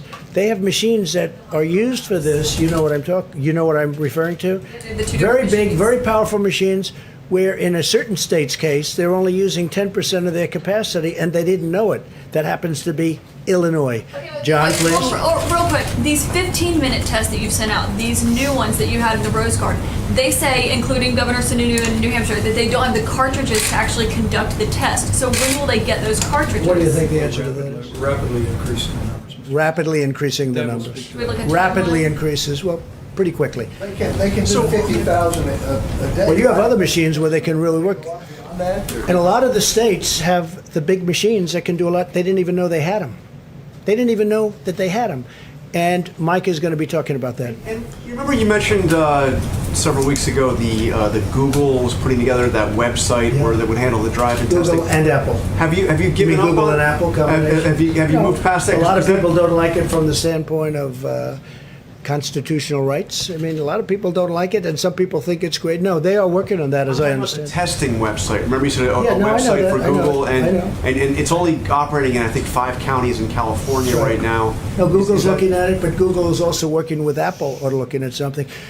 We have the greatest companies in the world looking at things that in a year from now, everything that we're looking at now is going to be obsolete. That's how good it is. We have things happening that are unbelievable. I saw a presentation today that I can't talk about yet, but it's incredible. Plus, I think they're doing, Tony, I think they're doing very well on the vaccines. They're working hard on the vaccines, and I think you'll have an answer for vaccines.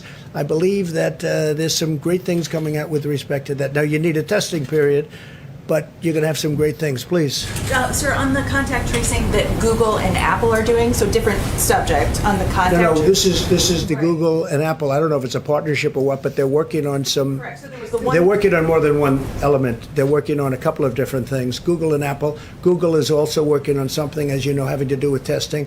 I believe they're doing that in a singular fashion. So my question is not about the drive-through testing website, not that. Okay. On Google and Apple's contact tracing, that they want to, they've got this process now where they can put, contact tracing on your phone. If you opt in, you can be alerted if you've been in contact with someone with the coronavirus. How do you feel about that? Well, it's an amazing thing, but a lot of people have some very big constitutional problems with it. You know that.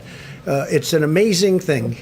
And it would be, actually, as you know, other countries are thinking about using something similar, but not as good. Which other countries are thinking about something similar? I hear Singapore is. Now, Singapore had a little bit of a setback because they had a break, you know that, but they'll take care of it. I know the folks in Singapore, they're doing a great job, and they're going to put it back very quickly.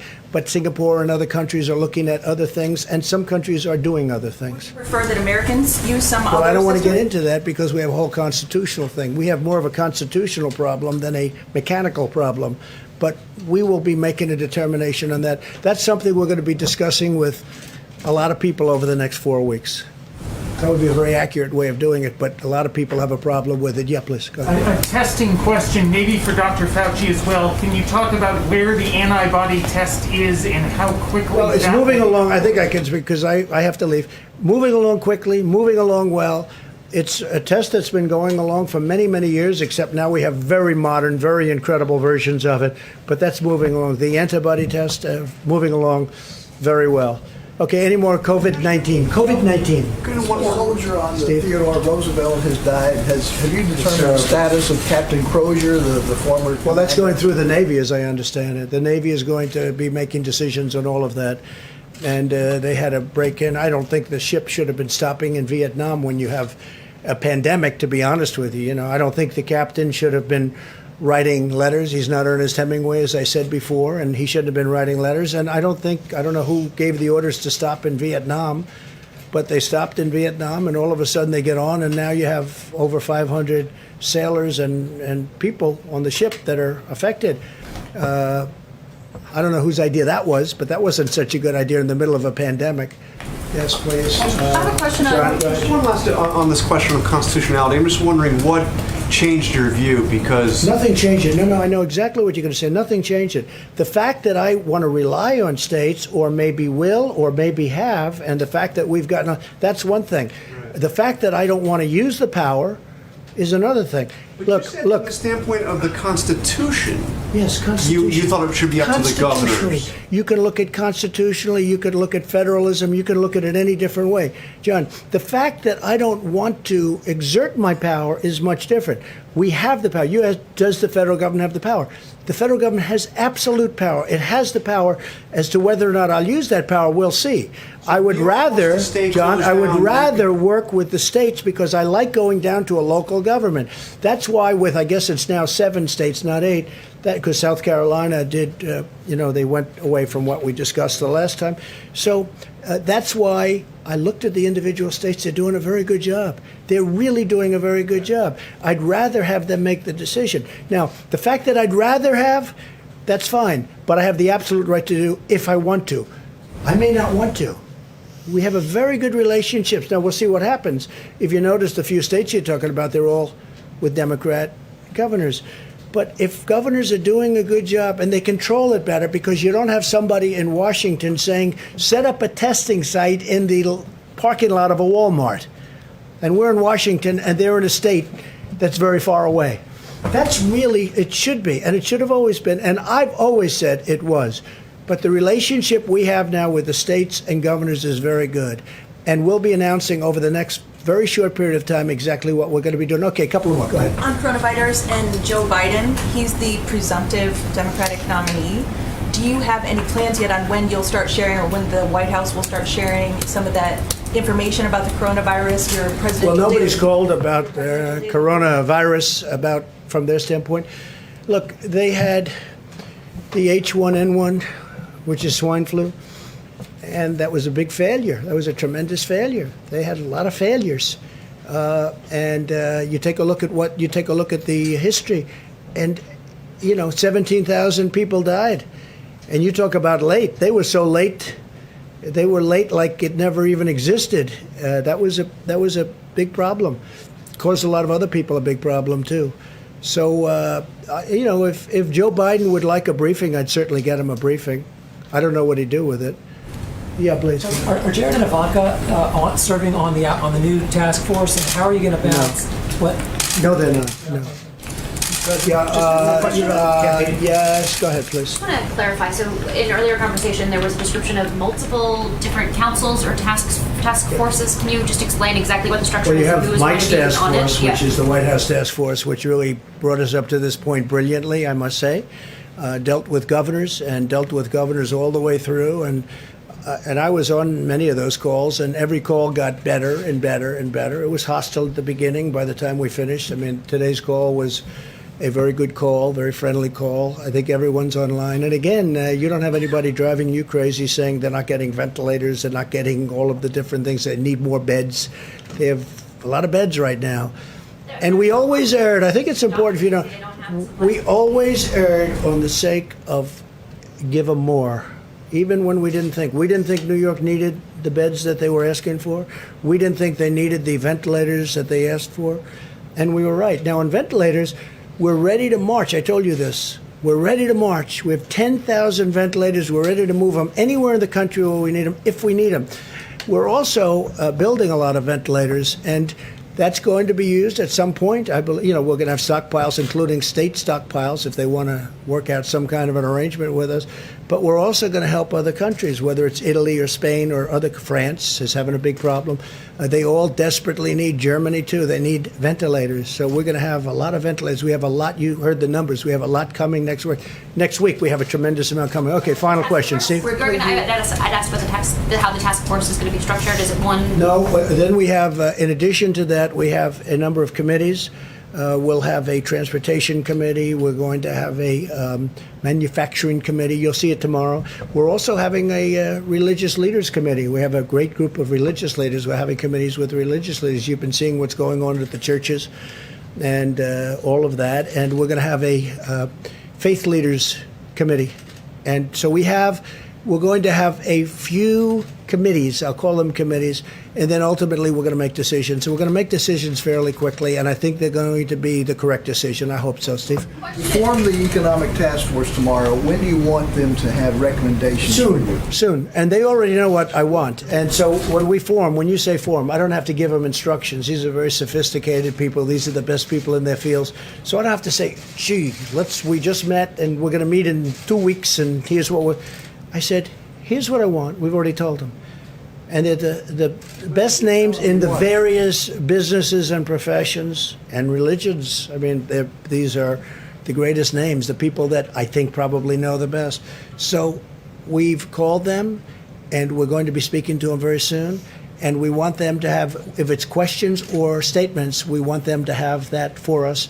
And we will have either response or maybe, ideally, we're going to be learning from them, and we'll be able to do that and put everything we learned from those calls into our new guidelines. So we're going to have new guidelines coming soon. I think it's going to be very good. I think it's going to be very smooth, and I hope it's going to be very safe. Thank you all very much. Thank you. Stanley Shera is a friend of mine for a long time. He's a great real estate person. Passed away, was a great real estate person. Great. Sort of a legend in New York real estate. He called me a couple of weeks ago, said he's tested positive. Stanley's in his early to mid 80s, I guess. And Stanley went to the hospital, and he never came out. He went into a coma. He was unconscious for a long period of time, and he never made it. A great man. He left very charitable, really a great philanthropist, a very, very successful person in Manhattan in the real estate business. So I got to know him a lot. He was so excited when his friend from New York became the president of the United States. He was like a young boy. And he was not a young boy, but he was like a young boy. He was so excited. He thought we'd do such a good job, and he was so happy. And he was very proud of what we've done in this administration. But he was tested positive, and unfortunately, he didn't make it. To me, it's a very sad thing. Thank you all very much. Thank you. Thanks, Doug. Thank you, Mr. President. As the President mentioned, the task force today spoke to 48 of the nation's governors. On that call, we reflected on the fact that all 50 states had emergency declarations in place, which was a first for American history. $5.2 billion had been distributed to the states under the Stafford Act, and it was a productive call and reflective of President Trump's ongoing direction for us to work closely with the states to make sure the states in the areas most impacted by the coronavirus have what they need when they need it. We spoke about the issue of testing and supplies, and I'm going to ask Dr. Deborah Birx to come forward, as well as Admiral Polovchek, to reflect on both of those topics for you. Dr. Birx has been leading an effort from the task force from early on rapidly expanding testing. It was early on that the President formed that public-private partnership with commercial labs, and as we stand here today, more than 2.5 million tests have been performed. And when we add in the estimates of labs that we have to assume with reasonable projections have not yet reported into the CDC, we think that number could be closer to 3 million tests that have been performed. As has been mentioned, the new 15-minute test, we are working closely with Abbott Laboratories that the President and our team met with today here at the White House to rapidly increase the availability of cartridges. Abbott is producing roughly 50,000 cartridges a day. FEMA acquired an initial supply of that and distributed those to the states, but we're working with the states to not only distribute what's being made, but also work with other suppliers to create additional cartridges. A point that I'll ask Dr. Birx to expand on in just a moment is the fact that beyond the new 15-minute test by Abbott Laboratories, beyond what we expect to be a new antibody test, which may well be approved by the FDA in just a matter of days, and an antibody test that would be produced at the rate of 20 million tests a month. The reality is that those commercial laboratories that the President brought in here the better part of 2 months ago and initiated that public and private partnership with have been producing hundreds of thousands of tests every single week. But as Dr. Birx and our team have apprehended, we believe at this point in time that of the Roche equipment that is out there that does the high-speed testing, and we inform governors of this today, we think that that some 20% of that capacity is not being used. And with regard to the Abbott N2000 systems, we told governors today that we think 75% of that laboratory capacity that exists in the United States today is not being utilized by our governors. So we sent a very clear message to governors today to reach out to their hospitals, reach out to their labs, to identify the presence of the Roche Amplicor 500 and the Abbott N2000 to get those activated. We literally estimate that although we're doing over 110,000 tests a day in the United States, that if our governors and state labs would simply activate the machines that are already there, we could double the amount of testing in the United States literally overnight. And so I know that governors' teams watch these briefings, and we'll remind them very respectfully again to identify those labs. And we have a team that now is deploying, reaching out to labs to see if we can activate all of those labs.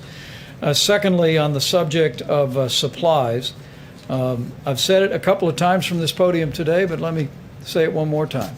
President Trump's direction to us in dealing with the states on personal protective equipment and ventilators has been to make sure that states have what they need when they need it. We recognize that while we all watch the overall curve of the coronavirus in America, understandably the national numbers, the reality is this outbreak has taken place in its own individual curves. first on the West Coast, then the New York City area, then Louisiana, Michigan, and now we continue to contend with it in Chicago and Houston and other metropolitan areas.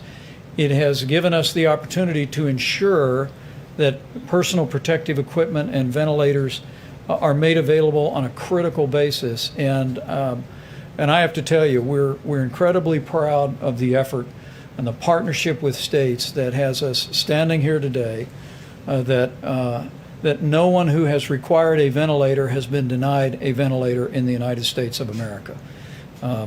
At this point, we have just short of 7,000 ventilators in the Strategic National Stockpile, but as Admiral Polovchek will detail, we're already beginning to receive newly manufactured ventilators. We'll get another 1,000 in this week. By the middle of May, we'll literally have another 8,000 ventilators available for deployment around the country. I'm going to let him describe to you the specific detailing of those resources, but I want to share these numbers, most especially for our healthcare workers around the country in the areas most impacted by the coronavirus, so that you know the resources are surging into the hospital systems at the point of the need, and we will continue to do just that. So let me recognize Dr. Birx to reflect on the data and also on maybe some comments on testing. And then Admiral Polovchek, if you just step up, and then you'll describe supplies. We'll hear from Dr. Fauci again and then take a few questions. Great. Thank you, Mr. Vice President. I don't know if we can get the first slide on cumulative cases. Yes, thank you so much. I wanted to show you a different way of looking at it today. Obviously, we look at case counts per 100,000 Americans in each of our states and metro areas. But I wanted you to see in absolute numbers how much the New York, New Jersey metro area dwarfs all other metro areas. And so you can't even see Chicago, Detroit, or Boston. All of those metro areas are under 25,000 cases. You can see that the New York, New Jersey metro area is about almost 250,000 when you bring those cases together, almost a log more. And that's why you hear us talking a lot about the metro area of New York and New Jersey and the counties of Rockland and Westchester and Suffolk and Nassau and Bergen, New Jersey, and why we're so focused on getting resources to that metro area. If I can see the next slide then. So if I take New York and New Jersey metro area out, this is the other metro areas that we have been tracking very closely. I wanted to show this to you so you could see how those curves are already starting to plateau. So if you look at Detroit, if you look at Philadelphia, if you look at Louisiana, Louisiana's in green, Detroit is in gray. You can see across the board, across these metro areas with have a higher concentration of individuals. This is what the American people in these large cities have done, where it is more difficult often to socially distant. And we're just really impressed by the work of the mayors and the governors to make this happen. I also wanted you to see this because you can clearly see Chicago and Boston. And so Chicago is in the orange and Boston is in the yellow. They're crossing Detroit. And that's why we have been very much focused on the needs of those areas. And there's one, and Providence is also in that category. It's difficult for you to see them because they're much further down on the slide.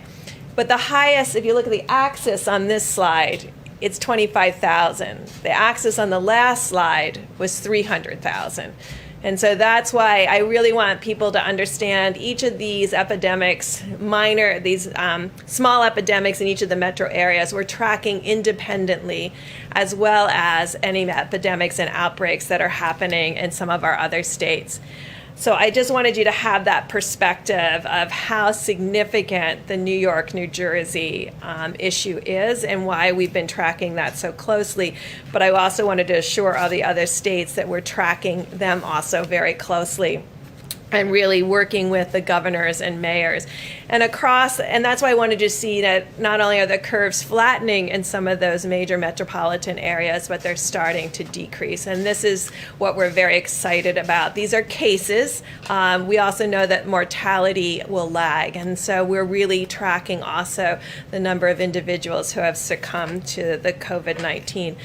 I also wanted to really note here that, yes, our mortality is less when you combine European countries equal to the size of the United States. And I think this is really two things. One, it's the incredible work of the American people, that it's also the incredible work of our healthcare providers and the system of each of these hospitals that have the resources and the ability to respond to the needs of the COVID-19 patients. And I think you can really see this superb healthcare delivery that is happening by the low mortality. Just to mention really quickly about testing, because you've heard me before talk about it, and then it was a little bit misquoted and misaligned, but there are multiple Abbott machines, so I'm going to be very clear, having spent years in the laboratory. The high throughput machines, which are the Roche 6800 and the 8800 on Roche, and the Abbott M2000, these are the machines that run between 500 and 1,000 assays at a time. The Abbott company worked really hard 3 weeks ago in getting 1 million tests out there to be utilized, and they can make 1 million tests a week for all of our laboratories that have these platforms. And so far to date, somewhere around 250,000 tests have been utilized in 3 weeks worth of work. And that's why we've really been appealing to the laboratory directors to really bring all those machines on.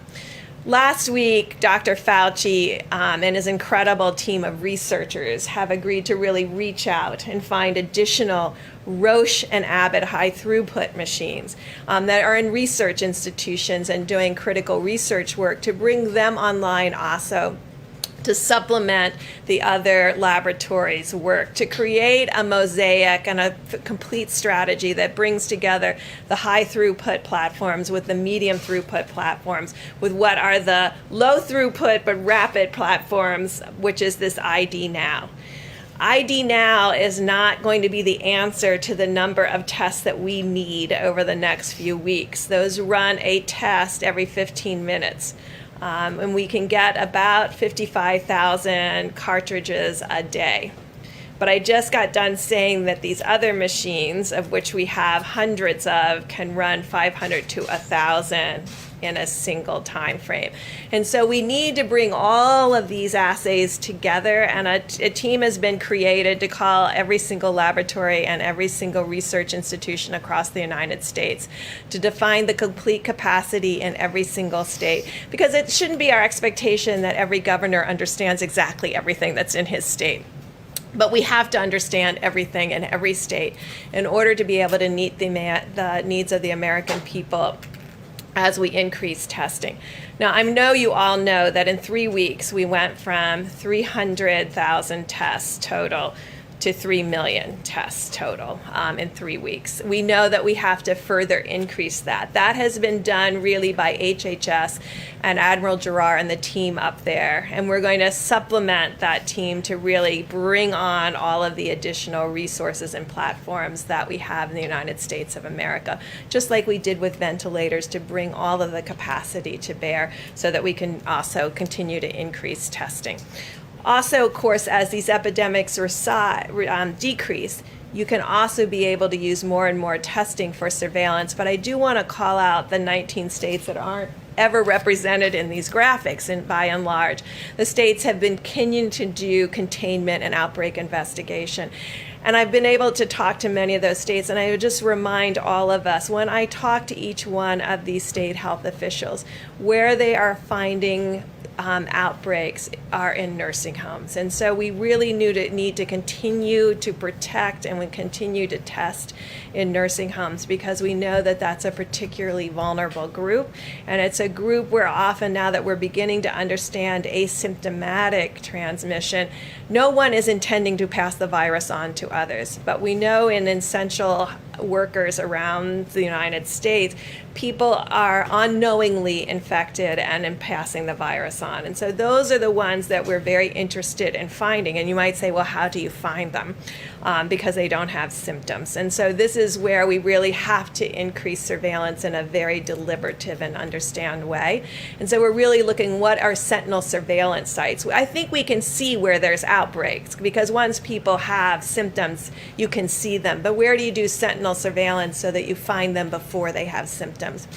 This is what we have done for decades in HIV, and it's what's allowing us right now to really control the HIV/AIDS epidemic in sub-Saharan Africa, because we're finding people when they're asymptomatic and treating them when they're asymptomatic. So this is something we know how to do, and it's something we're working very closely with CDC and others on to make sure that we can bring that full capacity to the American people. So these are just some insights on what we're working on. We're continuing, obviously, to track every single county and community. And then finally, I'm going to call on one additional group. There's a group out there of our HIV/AIDS activists and community workers that understand these tests that I've been talking about, these RNA-based tests, because they often get viral loads in HIV. They will know how to explain this to the community about sampling and what it means to run those assays. They are essentially virologists. They understand all of these assays. They also understand the antibody assays, because it's the antibody assays that they counsel and utilize in HIV testing across the United States. And they will be our translator to the American public and to their local mayors. They understand these tests. They are essentially understand all the virology and all the immunology. And I'm really asking all of them to help us communicate what these tests are so the community is ready for them. Because antibody tests measure something very different than the viral load in the front of your nose that we're using for diagnosis. And so really being able to understand all of those tests, when to use them, how to use them, will be really critical. But the great thing is, in the United States of America, we have these community groups that understand these tests very well and will be able to discuss them at every level with their community. I'm going to call Admiral Plavchik up in a minute, but I have to call on Dr. Tony Fauci. And let me just say something really straight from my heart, if I can.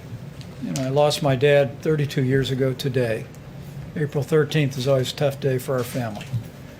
And this morning, when my brothers and sisters were sending around pictures of Dad, like we always do, I just thought of the families of the more than 22,000 Americans that we've lost. And I just want to tell you that you're on our hearts, and you're in the prayers of millions of Americans as you deal with this heartbreaking loss, as well as families that have family members that are struggling with serious illness. But let me just encourage everyone that in the midst of that loss, because the American people have been putting these mitigation measures into practice, there are families that are still together today. And I just want to encourage you here at roughly the halfway point of 30 days to slow the spread to take that to heart. In no way minimize the losses that we've experienced as a nation and as families. But to be encouraged to know, when you see those numbers on the vast majority of states, that because of what the American people are doing, it's working. And Dr. Fauci and Dr. Birx and the entire team continually ask us to remind the American people, and we do so again today, keep doing what you're doing with the 30 days to slow the spread, and we will hasten the day that we heal our land. Dr. Fauci? I just want to make one comment that related to a question that was asked, and then we'll have questions. I don't want to take too much time. The idea about how we would evaluate from a purely public health standpoint about what I call re-entry into some sort of normality. As health people, I don't know anything about, nor do I have a claim to know anything about economics. There are going to be people who know a lot more than I do who are going to give advice about all of the committees that the president was talking about. But the one thing we do know as health people, as physicians and scientists and public health people, as I mentioned, I think over the weekend on one of the shows, is that some people may think it's going to be like a light switch on and off. We're either out and we're in. It's just not going to be that way because we have a very large country and there are different impacts. As you see, New York is very different from other parts of the country, from the Midwest, from the mountain region. California and Washington, different than New Orleans. So as we discuss and consider the public health aspects, it likely would be something that I refer to as sort of like a rolling reentry. It's not going to be one size fits all. So I don't know what it's going to be yet because we still have time to look at it. Dr. Birx, who does an amazing job with showing you the data and the charts, that's going to likely influence some of the recommendations that we will make. But I can assure you there will be recommendations that will be based purely on public health. And the president will get a lot of other input from others, but we'll give the honest public health recommendation. Thank you, Tom. Admiral Polowchuk, get an update on supplies, and then we'll take a few questions. Thank you, Mr. Vice President. Can I have the ventilator slide back up? I'll just start from there. All right, thank you. So you start with what's in the stockpile this morning, and then here's the contracts that we'll be delivering over the next few weeks. We add 8,600 ventilators to the pool we already have. That's the math that you get there. That's included the DPA action with GM, and I will say that we've also issued what would be called rated orders with all of these vendors to allow them front of the line privileges, so to speak, within their supply chain. So there's written the contract. This is the 100,000 plus ventilators we're talking about, and to continue to work with them to ensure that the ventilators actually show up. So there's a continue to work there. And as we did that, we realized that downstream supply chains needed some additional Defense Production Act work as well. You go to the air bridge. 80 flights scheduled, 37 complete, 43 on the horizon, and you can see the numbers of material that's been brought in to supplement the volume that's needed. Now I'm going to go through a series of slides of New York first. So Dr. Birx provides me what I will call as a geographic reference to align the supply chain. So all of those cities, you'll see a little bit of theme here. I'll be talking about a lot of the cities and geographic areas. Align the supply chain to those geographic areas to try to get as much there, while realize the rest of the nation needs supplies as well. And then we aligned the supply chain to site of care, public hospitals, VA, private hospitals, nursing homes, first responders, acute care, and on down the line. So the last business week, so Monday of last week through Friday, Saturday of the past week, these are the amounts of materials that came into the New York, New Jersey metro area, and you can see the volumes there. So if you can go to Detroit, we talked about their hotspot. Here's the volumes of deliveries going into Detroit for that same time period. If you can go to Chicago, and I'm going to run through this kind of quick, but you can see that the geographic alignment, the places that Dr. Birx has talked about is where we're concentrating supplies. If you can go to New Orleans to give you an understanding. Washington, D.C. Right, so I hadn't talked about that. Today was a very kind of early entry into the Washington, D.C., Baltimore, right? Positioning supplies ahead of need, we hope, in Washington. Go to Baltimore, and you can see the volumes there, trying to get ahead of that. And then Philadelphia is next. And then now the next slide is a 9-city roll-up. And so to save a little time, I did not include Boston and Houston in there. So you can see the volume of material flowing through a commercial network, Airbridge, their supplies, into geographic regions, and then further prioritized to site of care. Now, final topic, N95 masks. So the Department of Defense announced a DPA action this weekend. That came over from DOD on Friday into the White House, approved on Saturday, and contract awarded today, $131 million, 5 companies, 3M, Honeywell, Owens & Minor, Boldex, and Draeger. The CARES Act was signed before March was end, right towards the end there. So essentially 2 weeks from that money being put in the Title III authority for DoD. This action takes us from a baseline of what was being produced domestically of about 30 million masks, upwards to, as we go through the fall into the winter, 120 million masks domestically. So currently we're filling some of that demand from overseas sources, right? And so the additive masks here through this will ramp up, lower dependence on overseas sources, and that will essentially secure a big piece of supply chain. 5 companies, 6 cities: Smithfield, Rhode Island; Phoenix, Arizona; Del Rio, Texas; Lexington, North Carolina; Sheboygan Falls, Wisconsin; and Aberdeen, North Dakota. All either producing more fabric or increasing production facilities to have that ramp up.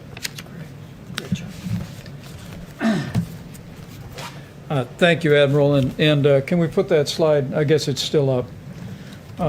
This is for just the week ending April 11th. We've distributed or directed the distribution of 5.3 million N95 masks, 5.5 million surgical masks, 110 million gloves.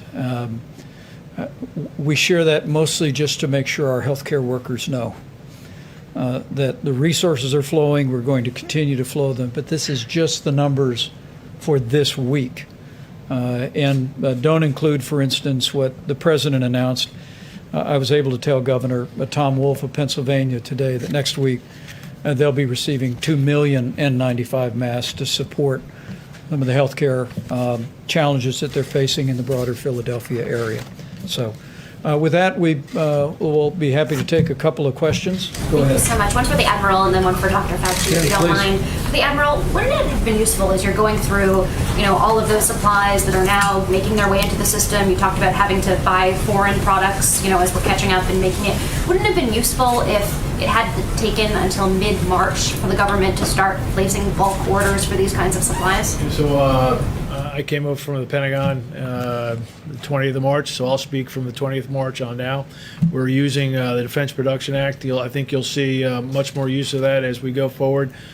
We make. My question is about the timing here. I know, and I'm not equipped to talk about other than from about the 20th of March forward. I was over the Joint Staff. I wasn't involved. Okay. I wanted to ask Dr. Fauci. You said that you'd be, giving the president your recommendations, you and Dr. Birx coming up with a plan that you guys are comfortable with. Are you willing, once the president has made his decision, are you willing to come here and tell the American public what you actually had recommended to him and whether he followed through with what you recommended? I'm not really. What do you mean? So when the president stands up here, whether it's May 1st, whatever day it is, and outlines his plan, are you willing to stand up here after him and tell the American public what it was that you had recommended he do if there is a difference? I have to think about that because when you have conversations with the president, sometimes they really should be confidential in what you give him because he's going to have to make his own choice. I'll have to think about that. So that way we would know whether he was actually listening to the health advice that he's being provided. Yeah, he is. I mean, I can tell you one thing, he'll listen. But I think what's going to happen, I don't know for sure, is that he will get input from a number of individuals representing a number of aspects of society. One of them will be a health. The only thing that I can tell you is that I will give him the advice based on evidence, my observation of what the best public health approach would be. Dr. Fauci? Yeah. Just to go back to where we started today, which was with the president's seeming frustrations with some of the reporting about his early decision-making process in January and February. As I'm sure you know, the reason we in the press do that kind of reporting is so that the next president that comes along and has to deal with the pandemic learns some of those lessons. Having watched this unfold up close, what do you think were the mistakes that were made early on that a future president could learn from, with the benefit of hindsight, of course? There's no president gets it right, obviously. I understand. I don't want to use the word mistakes because when you're in the fog of war, when you're doing something, you have to make decisions. You get input from a number of individuals. It's always a moving target. And I just don't want to have anything taken out of context because I already had one of those already in the last couple of days. So I don't want to go through it again. I wouldn't say mistake. Could things have done better? Of course. I mean, nothing is perfect, and you could always do better. But I mean, I hesitate to say something is a mistake. With the benefit of hindsight, with that caveat, what could have been done better? Well, I mean, I can't comment about anything outside of my own field. But the thing that when I think back on was evolving in my mind was something that was a virus that was much worse than what I had thought it was going to be, based on what we had learned early on, when it was first felt to be something that just jumped from an animal to a human, and really didn't have much capability of going human to human. And then all of a sudden you find out that not only was it not just animal to human, but there were a lot of, that's probably the way it started. But then as you go back and you realize there were probably a lot of infections that maybe if we had dealt into that a little bit more, we could have learned that not only is it affecting human to human, but it's transmitting really efficiently. When I question myself, I'm not perfect. Maybe I wouldn't say made mistakes, but maybe I should have really tried to delve into that a little bit more about what was going on. But the information wasn't as forthcoming as I would have liked. And then all of a sudden, when you find out that you're dealing with something that is not only what had been your worst nightmare, because people ask me that, what is your worst nightmare? A brand new virus that's respiratory transmitted, that has a high degree of transmissibility, that has a high degree of morbidity and mortality. Is that a mistake? Maybe I should have been able to realize that earlier. I'm not sure it was a mistake. It was just an evolving thing that we finally realized and said, whoa, this is really worse than we could have imagined. Last one, guys. How about one more? When you met with Abbott Laboratories today, what did you ask them to do? What did they say they could do? Well, we spoke with Abbott Laboratories today about how we can increase significantly the production of cartridges for the 15-minute test. Because remember, we're not only scaling to rapidly expand testing across the country today, and it's one of the reasons why you heard me and Dr. Birx say that we have an entire team now that's going to be working with governors and with laboratories around the country to identify the machines that already exist today and that could be activated and doing tests.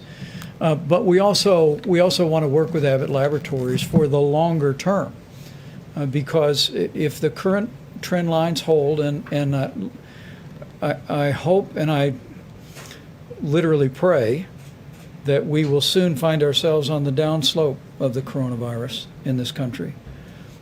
This epidemic in its current form will come to an end, but as we make decisions and in the days ahead to reopen America, what President Trump also wants to do is have a policy in place to stay open. And having the kind of surveillance testing available around the country so that CDC can do the immediate contact tracing when you have a positive test, so that we can deploy resources like the new Abbott 15-minute test specifically to nursing homes.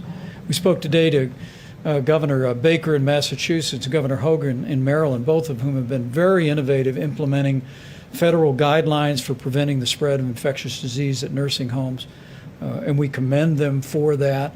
But being able to increase the manufacture of those devices so they can be deployed going forward in the months ahead is also a focal point of our efforts. So rapidly continuing to expand testing today.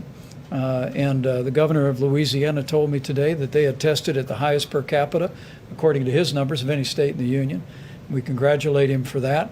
But making sure that going forward we'll have the infrastructure of testing all across America to deal with the coronavirus should it return in the future. With that, let me bid you all a good evening. We will be back tomorrow.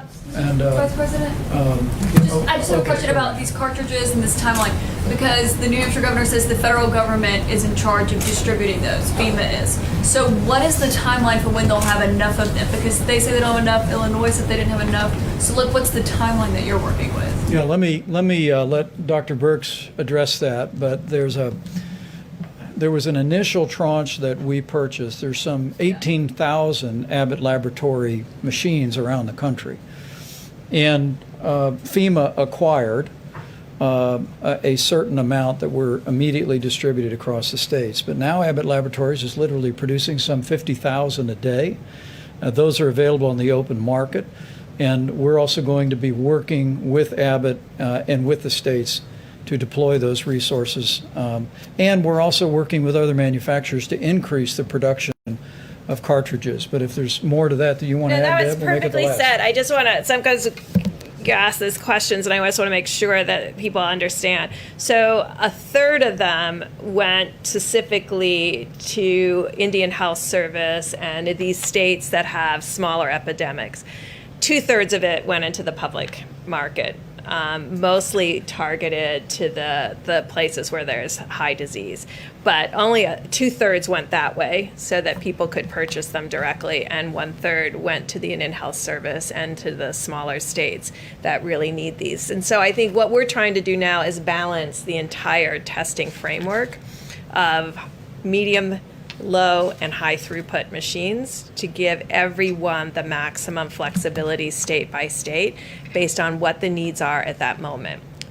If there's an outbreak and you have to do 5,000 tests, you're not going to do them on an ID Now machine that takes 15 minutes for every negative, but you're going to do it on your high throughput machine. So making sure everybody knows where everything is and what is being run will be really critical moving forward, because we can't leave anything not on, everything has to be on the table in order for us to be able to dramatically increase testing. Yet another, we went up by a log in 3 weeks. So if we're going to increase again, it's going to have to be getting every piece of equipment on.